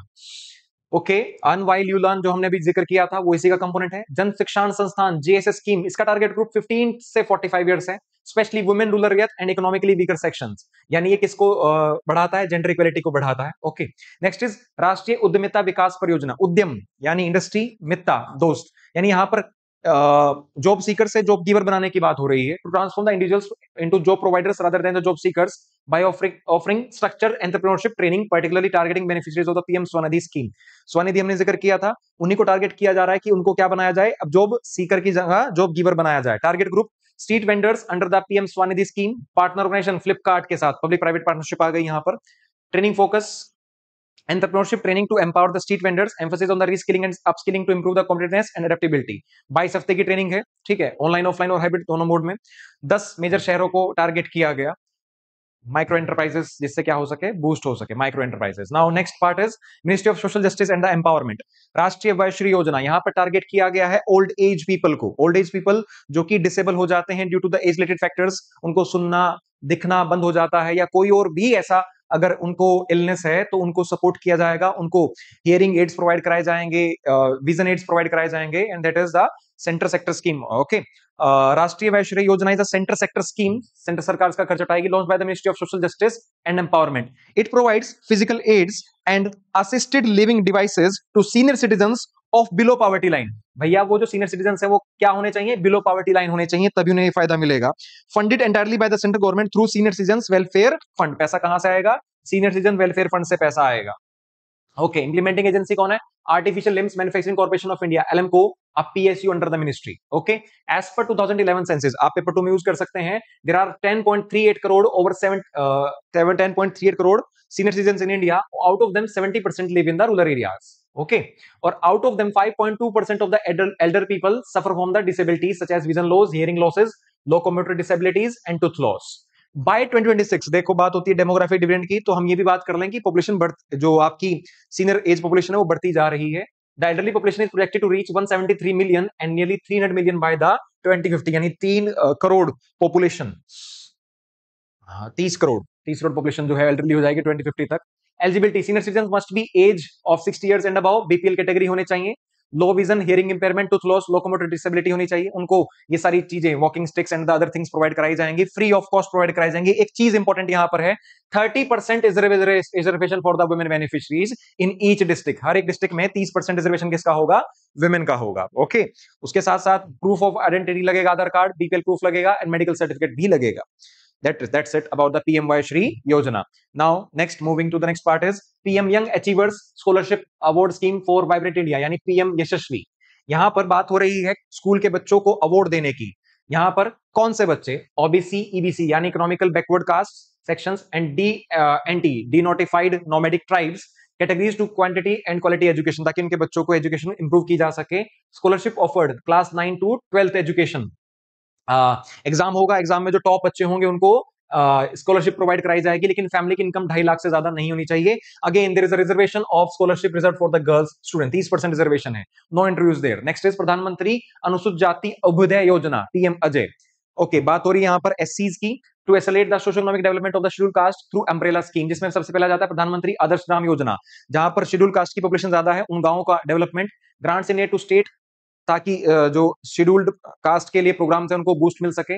बाबू जगजीवन राम छात्रावास योजना, एससी बॉयज एंड गर्ल्स के लिए हॉस्टल बनाना, नेशनल ओवरसीज स्कॉलरशिप प्रोग्राम, बच्चों को बाहर भेजने के लिए पढ़ना, support through the NGOs. Next is scholarship for the higher education for young achievers, Shreyas अभी पढ़ा था हम लोगों ने, ठीक है। मिनिस्ट्री ऑफ एचआरडी यानी education ministry, ministry of skill and entrepreneurship, ministry of labour मिलकर सभी से चलाते हैं। Focus on the students from non technical streams, BA, BSc and BCom, उनके एम्प्लॉयबिलिटी को बढ़ाने के लिए प्रोग्राम चलाया जाता है। नेक्स्ट इज अटल व्यय अभ्युदय योजना, अभ्युदय वयो का मतलब वही वृद्ध के लिए है, जहां पर हमने भी देखा था Vayoshri Yojana. Again integrated programme for the senior citizens, state action for the senior citizens, Rashtriya Vayoshri Yojana अभी बात हुई थी, free assistive devices to the people category, livelihood and skill programme, वो जो आपकी पेंशन स्कीम्स है, अवेयरनेस कैंपेन्स यानी अटल वयो अभ्युदय योजना है for the senior citizens. Okay, national action plan for the mechanised sanitation ecosystem, Namaste Namaste programme किसके लिए, मैनुअल स्कैवेंजिंग को हटाने के लिए, जो लोग मैनुअली जो आपके सिवर पोर्ट्स हैं उनको साफ करते हैं, उनको रिहेबिलिटेट करने के लिए इस चीज को to eliminate the hazardous and manual cleaning of sewers and septic tanks and rehabilitate the sanitation workers, उनको रिहेबिलिटेट किया जाए, उसके लिए स्कीम चलाई जाती है। Normal ministry social justice and empowerment in partnership with the ministry of housing and urban affairs, identification then उनको skill provide कराए, लाइवलीहुड प्रोवाइड कराया जाए, उनके लिए स्कीम चलाई जाती है, नमस्ते। प्रधानमंत्री दक्षता और कुशलता संपदा हितग्राही PM Daksh Yojana to enhance the competency level of the target group skill development, कौन सा टारगेट ग्रुप, एससीज, OBCs, economically backward classes and denotified nomadic tribes. This is all about the ministry of the social justice scheme. Okay, moving to the next part is Ministry of Tribal Affairs. सबसे पहले प्रधानमंत्री जनजातीय उन्नत ग्राम अभियान, tribal affairs में सीधी बात किसकी हो रही होगी, ट्राइबल्स की हो रही होगी। To ensure the saturation of basic communities in tribal villages through focused and time bound development, जितने भी ट्राइबल विलेजेस हैं उनमें बेसिक कम्युनिटीज को प्रोवाइड कराना इस स्कीम का टारगेट है, प्रधानमंत्री जनजातीय उन्नत ग्राम अभियान। इसकी वजह से क्या होगा, ट्राइबल एलिमिनेशन कम होगा और जिसकी वजह से जो लेफ्ट विंग एक्सट्रीमिज्म है वो भी कम होगा। aims to bring 36,420 28 tribal villages across 22 states to national development parameters, focuses on water supply, electricity, roads, housing, health, nutrition, education and livelihood, implemented under the Ministry of Tribal Affairs in convergence with the other ministries and departments, data driven selection of villages using census and socioeconomic census, strengthens governance and local participation through gram sabhas. Next is Pradhan Mantri Janjati Adivasi Nyay Mahabhiyan, okay, to uplift the particularly vulnerable tribal groups, PVTG, through integrated development in interventions. 2023 में launch हुई tribal pride day को और across 18 states and duties. Focus on the 10 critical sectors: housing, education, health, nutrition, road connectivity, telecom, electricity, water supply, livelihood and documentation. Aadhaar bank etcetera, सब लोगों को ये चीजें provide कराई जाए। Implement in the mission mode, ठीक है। उसके साथ साथ मिनिस्ट्री ऑफ ट्राइबल मिनिस्ट्री ने कराया। नेक्स्ट है, यहाँ पर छुप गया है Eklavya model, Eklavya model residential school, EMRS कहते हैं, एकलव्य मॉडल रेजिडेंशियल स्कूल, जहां पर ट्राइबल एरियाज में जो बच्चे हैं उनको फ्री स्कूलिंग, फ्री हाउस जो हॉस्टल फैसिलिटी है प्रोवाइड कराने के लिए, to provide quality education to tribal students in the remote areas. Established in the blocks, कहां बनाए जाएंगे, with more than 50% ST population and at least 20,000 tribal population, यहां होनी चाहिए 20,000 कम से कम पॉपुलेशन ट्राइबल्स की, और पूरे ब्लॉक में 50% से ज्यादा क्या हो, ट्राइबल्स हो। Modeled on the Navodaya Vidyalayas with emphasis on sports, culture and vocational training. Students from class 6th to 12th, कहां से कहां तक पढ़ेंगे, 6 to 12, are provided with the free lodging, boarding, education and other facilities. Managed by the National Education Society for Tribal Students under the Ministry of Tribal Affairs. Okay. 740 2025 तक कितने school बनाने की target हुई, एकलव्य मॉडल रेजिडेंशियल स्कूल, ये हमारा means Eklavya model residential schools 740। Marketing and logistic development for promotion of tribal products from the north eastern region, ठीक है भैया, जो भी जंगलों से जो ट्राइबल्स हैं अपना प्रोडक्ट्स बनाते हैं उसकी मार्केटिंग कैसे बेटर की जाए ताकि उनकी इनकम क्या हो, बूस्ट हो। To boost the income and livelihood of tribal artisans, producers and entrepreneurs from the north east through market and the logistic support, simple. Implement by the TRIFED, Tribal Cooperative Marketing Development Federation of India, focusing on the value chain development, aggregation, branding, marketing, transportation, provide support for exhibition, buy, seller, market। यानी सीधे तौर पर वो जो product बनाते हैं locally उसकी better branding कैसे हो, उसको दूसरे मार्केट तक कैसे पहुंचाया जाए, उसके लिए स्कीम बनाई जाती है आपकी ये, ठीक है। नेक्स्ट इज वन धन योजना, उनकी इनकम को अगेन कैसे बढ़ाया जाए। Launched in 2018 by ministry of tribal affairs and TRIFED, this scheme aims to promote value addition to the minor forest produce, enhance tribal income, यानी जो प्रोड्यूस वो बनाते हैं उसको कैसे बूस्ट किया जाए, उसकी वैल्यू एडिशन कैसे की जाए ताकि वो जो उनको है बेस्ट उसका प्राइस मिले और उसकी इनकम क्या हो, ज्यादा राइज हो। Okay, establishment of one Dhan Vikas Kendra to promote tribal entrepreneurship, each Kendra consist of 10 self help groups each with 30 tribal members, focus on skill upgradation, यानी उनको स्किल बेटर कर दो तो उनका जो प्रोड्यूस है वो बेटर हो ही जाएगा। Next, one Bandhu Kalyan Yojana, launched in 2014 by the ministry of tribal affairs, it is an umbrella scheme for the holistic development of the tribal people. किस पे बात कर रहा है, integrated and inclusive development of the tribal communities, education, health, livelihood, infrastructure and governance, gap filling, यानी जो main area है और जो ट्राइबल एरिया उसके बीच में जो गैप है उसको फिल करना है, improve the quality of life in the tribal area, इसका टारगेट है। उसके बाद नेक्स्ट इज पीएम मंत्री जीवन योजना, जीवन जी की फुल फॉर्म क्या है, जैव ईंधन, वातावरण अनुकूल फसल अवशेष निवारण योजना। अवशेष का मतलब क्या होता है? रेजिड्यू। यहां पर रेजिड्यू की बात हो रही है भैया। इसकी मिनिस्ट्री जो है ministry of petroleum and natural gas है, लेकिन वो ट्राइबल अफेयर के साथ लेंगे। To provide financial support to the integrated bio ethanol projects using lignocellulose biomass and other renewable feedstock. गांव में ट्राइबल एरियाज में जो भी रेजिड्यू बचता है उससे एथेनॉल बनाने की बात हो रही है। Promotes the setting up of 2G ethanol bio refineries, encourage clean energy and reduce dependence on fossil fuels, reduces stubble burning and promotes sustainable agriculture practices. Benefits: support the tribals and rural farmers by creating a market for agriculture residue, reduce air pollution caused by the burning crop residue, boost Make in India and Clean India mission. That was about the tribal areas. Now next, Ministry of Rural Development. Rural Development में सबसे पहली scheme है लखपति दीदी scheme, यानी women centric scheme आ गई है। Target क्या? To make at least 2 crore women from the self-help groups financially independent by training them to earn at least 1 lakh rupees per year, यानी उनको इस तरीके से ट्रेन करना है ताकि वो साल में कम से कम 1 लाख रुपया अर्न कर सके। मिनिस्ट्री ऑफ रूरल डेवलपमेंट इसकी नोडल मिनिस्ट्री है। फोकस किस पे किया गया? Skill development and the financial literacy पे किया गया, ठीक है, ताकि उनका फाइनेंशियल अपलिफ्टमेंट हो सके। उसके साथ साथ नेक्स्ट स्कीम इज द नक्शा स्कीम, नेशनल एक्शन फॉर कर्तव्य शिल्प हाथ and artisans, to provide national platform for the artisans and handicraft communities to showcase and market their products, promoting local craft and the self lines. आओ भैया दिखाओ क्या बनाया तुम लोगों ने। मिनिस्ट्री कौन सी? मिनिस्ट्री ऑफ टेक्सटाइल्स आ जाती है। Establishes शिल्प hearts and artisans clusters across India, facilitates branding, e-commerce, onboarding, exhibitions and the skill training, supports artisans through design, innovation, packaging and credit access, encourages the preservation of traditional handicrafts and generates livelihoods in the rural areas. Next is प्रधानमंत्री आवास योजना ग्रामीण। भैया हमने भी देखा था प्रधानमंत्री आवास योजना, लेकिन वो अर्बन था, इसलिए वहां पर ministry of housing urban affairs आ गई थी। ग्रामीण में कौन सी आ जाएगी? रूरल डेवलपमेंट आ जाएगी। 2016 में लॉन्च हुआ। To provide pucca houses with basic communities to rural house hold those living in the kutcha और dilapidated houses by 2024। Centre sponsored scheme है 60-40 का प्लेन एरियाज में, 90-10 का रेशियो होगा नॉर्थ ईस्ट एरियाज में एंड हिली स्टेट्स में, यानी 60% देगा सेंट्रल गवर्नमेंट, 40% देगा स्टेट गवर्नमेंट। हिली और नॉर्थ ईस्टर्न रीजन में क्या देगा? 90% सेंट्रल गवर्नमेंट और 10% state government. Toilets, LPG connection, electricity, drinking water सब कुछ इसमें ऐड किया जाए, ठीक है। Startup village entrepreneurship programme SVP, गांव में स्टार्टअप की बात हो रही है। The startup village entrepreneurship programme is a sub scheme under the national rural livelihood mission, इसका प्रोग्राम इसी के अंदर आता है। To promote startup enterprise in the rural areas by addressing gaps in knowledge incubation and financial ecosystem. Knowledge and training पर बात हो रही है, बिजनेस इंक्यूबेशन पर बात हो रही है, फाइनेंशियल एसेस पर बात हो रही है। ये किसकी बात कर रहे हैं? रूरल पुअर हाउस होल्ड्स की बात कर रहे हैं, ताकि उनको क्या किया जा सके, उनकी capacity building, advisory services, credit linkage, ताकि हम गांव के एरियाज में स्टार्टअप का कल्चर इंप्रूव कर सकें। Okay, next ministry of tourism. सबसे पहले स्वदेश दर्शन स्कीम, अपना देश देखो भाई। मिनिस्ट्री ऑफ टूरिज्म 2014-15 में लॉन्च हुआ था। To develop theme based tourist circuits in a planned and a prioritized manner across India, जैसे टूरिज्म बढ़े, एम्प्लॉयमेंट बढ़े, ठीक है। Focus on the integrated development of tourism infrastructure, promotes cultural and heritage value of the country, encourages domestic tourism and employment generation. Some identified circuits बनाए गए थे, Buddhist circuit, coastal circuit, desert circuit, eco circuit, heritage circuit, north east circuit and Ramayana circuit. ये circuits हैं, यानी रामायण का मतलब है कि जहां जहां पर भगवान राम और रामायण से जुड़े हुए प्लेसेस हैं उनका टूरिज्म होगा। बुद्धिज्म जो भगवान बुद्ध से जुड़े हुए प्लेसेस हैं उनका टूरिज्म होगा। तो this were the circuits. Funding pattern 100% central funded scheme है, जिसमें प्राइवेट पार्टनरशिप को इंकरेज किया जाता है।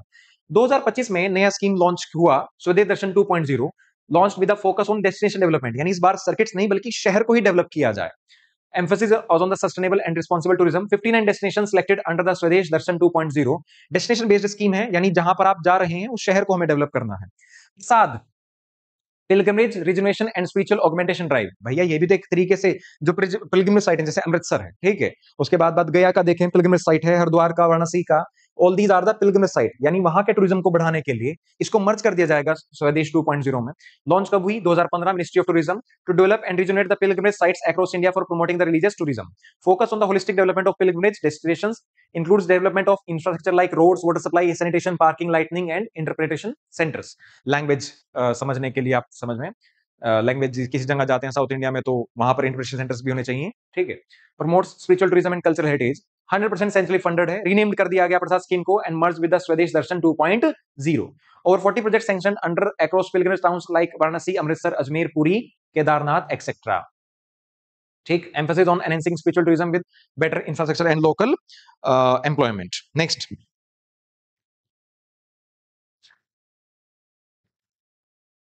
उसके साथ साथ अगर हम देखें अगली चीज, adopt a heritage project. Number 3 is adopt a heritage project, जहां पर जो आपकी स्टेट्स हैं to encourage the private and public sector companies को एनकरेज किया जा रहा है कि किसी भी मॉन्यूमेंट को, किसी भी साइट को आप क्या कर लें, अडॉप्ट कर लें अंडर द CSR इनिशिएटिव, ताकि वहां की साफ सफाई, वहां की सारी चीजों की आप जिम्मेदारी आप ले लें। इसको जैसे sites like Red Fort, Qutub Minar, Ajanta caves were adopted by the Dalmia Bharat group. लेकिन ये स्कीम जो है ऐसा कहा गया कि सरकार बेची जा रही है, ऐसा अवेयरनेस फैला, ऐसे लोगों में खबरें फैला दी गई कि सरकार जो है मॉन्यूमेंट बेच रही है। Scheme in under the scrutiny, लेकिन ऐसा नहीं है। नेक्स्ट इज स्वदेश। इनफैक्ट ये तो बेटर होगा, पब्लिक प्राइवेट पार्टनरशिप से तो क्या होगा कि जो आर्कियोलॉजिकल सर्वे ऑफ इंडिया है उस पर बर्डन कम होगा, साथ ही साथ आप बेटर तरीके से मैनेज कर पाएंगे सभी मॉन्यूमेंट्स को, कल्चर और टूरिज्म दोनों बढ़ेंगे। स्वदेश दर्शन स्कीम 2.0 जिसमें भी बात कर रहे थे, 2014 में लॉन्च हुई थी, उसका सेकंड वर्जन अब लॉन्च हुआ एस 2.0, जिसमें बात किसकी होती है, डेस्टिनेशन बेस्ड, आपके destination based, promotes theme based destination, spiritual heritage and eco coastal etcetera, और सेंट्रली स्पॉन्सर्ड फंडेड है 100%, 59 डेस्टिनेशंस हैं। Okay, next is ministry of new and renewable energy, Surya Mitra skill development programme. Surya Mitra भैया सोलर एनर्जी इंस्टॉलेशन के लिए skilled लोग भी तो चाहिए होंगे, उनको ट्रेन करने की बात होती है Surya Mitra skill development programme में। 2015 में लॉन्च हुई, to create a pool of skilled youth Surya Mitras for installation, operation and maintenance of the solar power projects, to promote employability and growing solar energy sector and meet the requirements of the solar energy projects across the country. Solar energy को बढ़ावा देने के लिए, solar power को install करने के लिए, manage करने के लिए जो प्रोफेशनल चाहिए उनको ट्रेन करने की बात होती है। ट्रेनिंग ड्यूरेशन कितनी है, 600 आवर्स अप्रोक्सीमेटली 3 मंथ्स में कंप्लीट करनी है। कौन कौन एलिजिबिलिटी क्राइटेरिया क्या है, ITI diploma holders in electrical, electronics, mechanical और सिविल इंजीनियरिंग, 18 से 30 साल तक के लोग इसमें अप्लाई कर सकते हैं based on the their category as well, कि उनको एज रिलैक्सेशन मिल सकता है।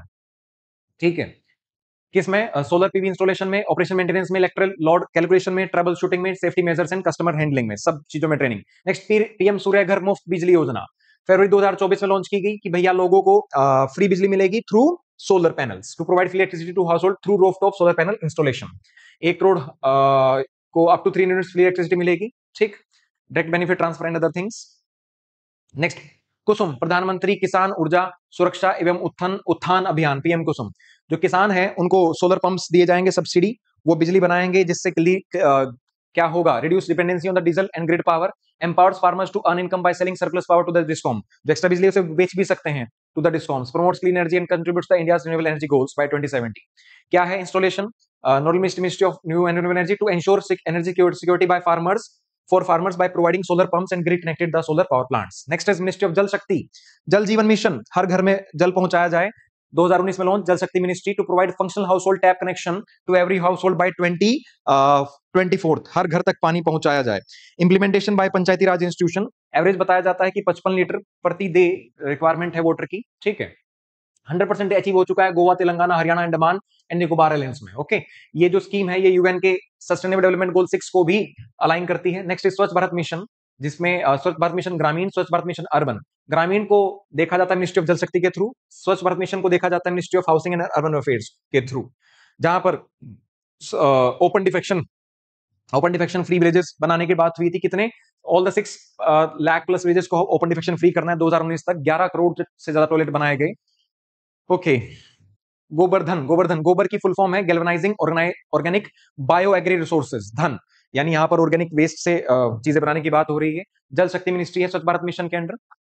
Convert the cattle dung and organic waste into compressed biogas, promote village cleanness, clean energy and rural income, support solid waste liquid management etcetera. Scheme जो है centre sector scheme है, 60-40 का ratio होगा, 60 centre and 40 will be the from the centre. State ministry of Panchayati Raj, Swamitva, survey of villages and mapping with the improved technology in village areas. Scheme was launched by the Prime Minister on the National Panchayati Raj Day, April 24, 2020. इस scheme का target क्या है कि जो गांव में जमीनें हैं उनको बेटर मैपिंग की जाए। बेटर मैपिंग की जाए तो लोगों को उनकी ओनरशिप का पता लगेगा, लीगल ओनरशिप आएगी, जिससे लैंड डिस्प्यूट क्या होगा, कम होगा। साथ ही साथ वो अपने लैंड को फाइनल एसेट के रूप में क्या कर सकेंगे, इस्तेमाल कर सकेंगे। To drive the economic transformation of rural India by providing property owners in the village abadi areas with the record of rights. Drone survey से इस चीज को कंप्लीट किया जाएगा। ओके, फुल कवरेज अचीव्ड कहां हो चुका है, Lakshadweep, Ladakh, NCT of Delhi, Andhra Pradesh, Madhya Pradesh, Uttar Pradesh and Chhattisgarh. Now ministry of labour and employment, सबसे पहले आत्मनिर्भर भारत रोजगार योजना 2020 में लॉन्च हुई। Incentivize creation of new employment and restoration of the jobs lost due to कोविड-19 में जो जॉब्स गई उनको दोबारा जॉब दिलवाने के लिए स्कीम लाई गई। Government page both employers and employee EPF contribution 24% for new employees for 2 years। EPF 12% होता है भैया, सरकार कह रही है 3 साल तक हम पे करेंगे दोनों का, 12% एम्प्लॉय का, 12% एम्प्लॉयर का, आप लोगों को नौकरी दें। Employees to the establishment with 1000 employees. जिससे रोजगार बढ़े। प्रधानमंत्री श्रम योगी मानधन योजना, ऐसे लोग जो कि ऑर्गेनाइज अनऑर्गेनाइज सेक्टर में काम करते हैं उनके लिए pension. Unorganized sector workers who earn less than 50,000 per month 18 to 14 में इनिशिएट कर सकते हैं। Pension 3,000 after 3,000 per month after 60 years of age. Voluntary है एंड कॉन्ट्रीब्यूटरी, यानी आपकी मर्जी है, और कॉन्ट्रीब्यूटरी जितना आप कॉन्ट्रीब्यूट करेंगे गवर्नमेंट भी उतना कॉन्ट्रीब्यूट करेगी। प्रधानमंत्री लघु व्यापारी मानधन योजना, यानी जो स्मॉल ट्रेडर्स हैं उनके लिए है pension scheme 3,000 per month after 60 years of age. Again LIC, यहां पर भी एलआईसी था, कंट्रीब्यूट करेंगे उतना ही सरकार कंट्रीब्यूट करेगी। फोर्थ है प्रधानमंत्री रोजगार प्रोत्साहन योजना, जिसमें promote employment generation by subsidising EPF. ठीक है, ओके। लास्ट है आपका, हाँ, फिफ्थ है पंडित दीनदयाल उपाध्याय श्रम जयते कार्यक्रम 2014, improve the ease of compliance in labour laws and the boost transparency. Shram Suvidha portal launch किया गया, यूनिवर्सल अकाउंट यूएन लॉन्च किया गया, जिससे श्रम जयता कार्यक्रम यानी इसको ईज ऑफ डूइंग बिजनेस के लिए किया गया। अटल बीमित व्यक्ति कल्याण योजना 2018 में by ESIC employed state insurance corporation, cash compensation 50% of the average daily wages and 90% days during the employment period. लोगों को एम्प्लॉयमेंट के दौरान इतना टाइम मिलेगा। So that's all about the policies and schemes. Paper के लिए दोनों, पेपर 1 के लिए तो इंपॉर्टेंट है ही, लेकिन पेपर 2 के लिए ज्यादा इंपॉर्टेंट है। Use the schemes and the initiatives by the government and their progress achieve so far, जिससे आपका आंसर ज्यादा बेटर निकल कर आए। Thank you everyone.